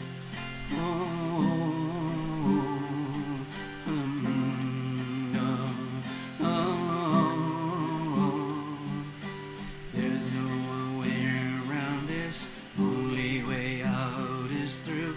There's no way around this, open the door to bliss. Only way out is through, that's what we're gonna do, yeah.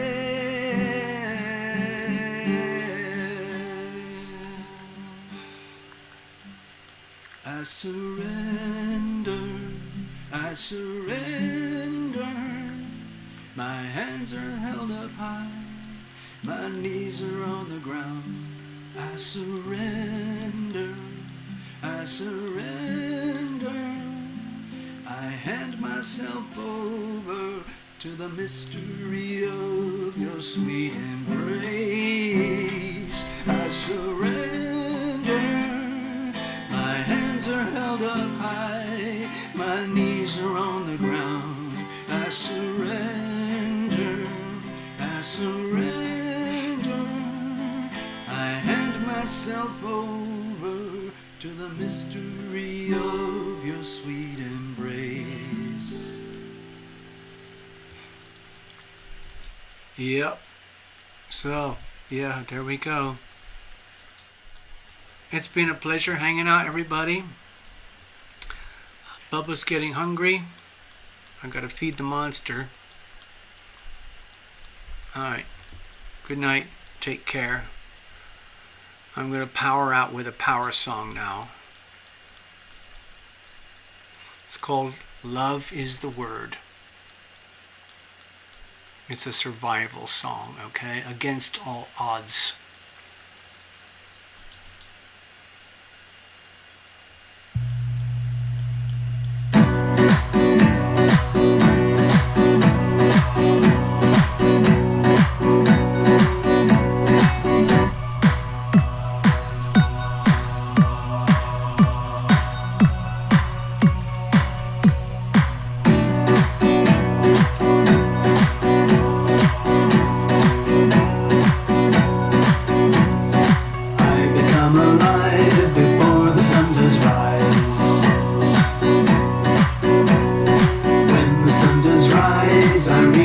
For the skies, opening my hands to welcome in the day, gathering the sun's rays before I'm on my way, and the healing vibrations rattle through my soul, shaking out the poisons, making me whole, casting out diseases by chanting the word. The sounds of the universe by all will be heard. Resonate inside us, love is the word.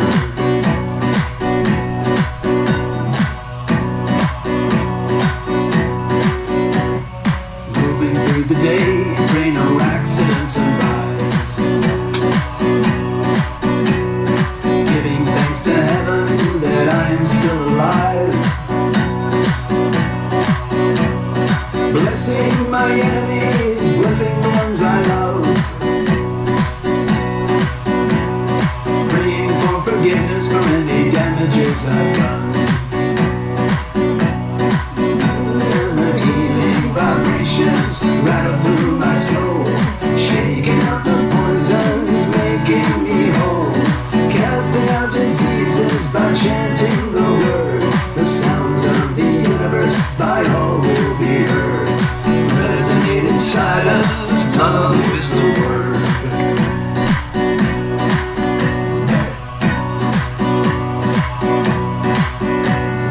Now the day is done and moon is on the rise. My trials and tribulations all bottled up inside. I summon in the numb as I reach up for the skies. I command all fear and shadows be gone before my eyes. And the healing vibrations rattle through my soul, shaking out the poisons, making me whole, casting out diseases by chanting the word. The sounds of the universe by all will be heard. Resonate inside us, love is the word. And the healing vibrations rattle through my soul, shaking out the poisons, making me whole, casting out diseases by chanting the word. The sounds of the universe by all will be heard. Resonate inside us, love is the word.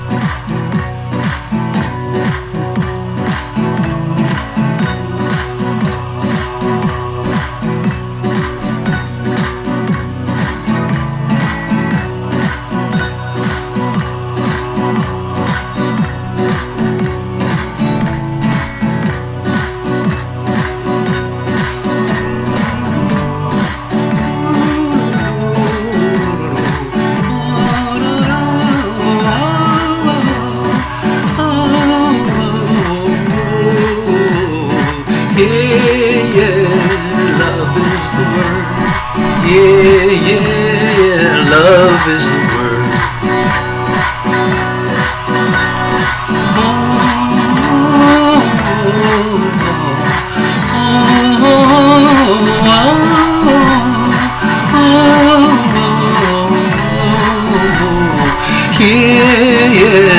Love is the word. Love is the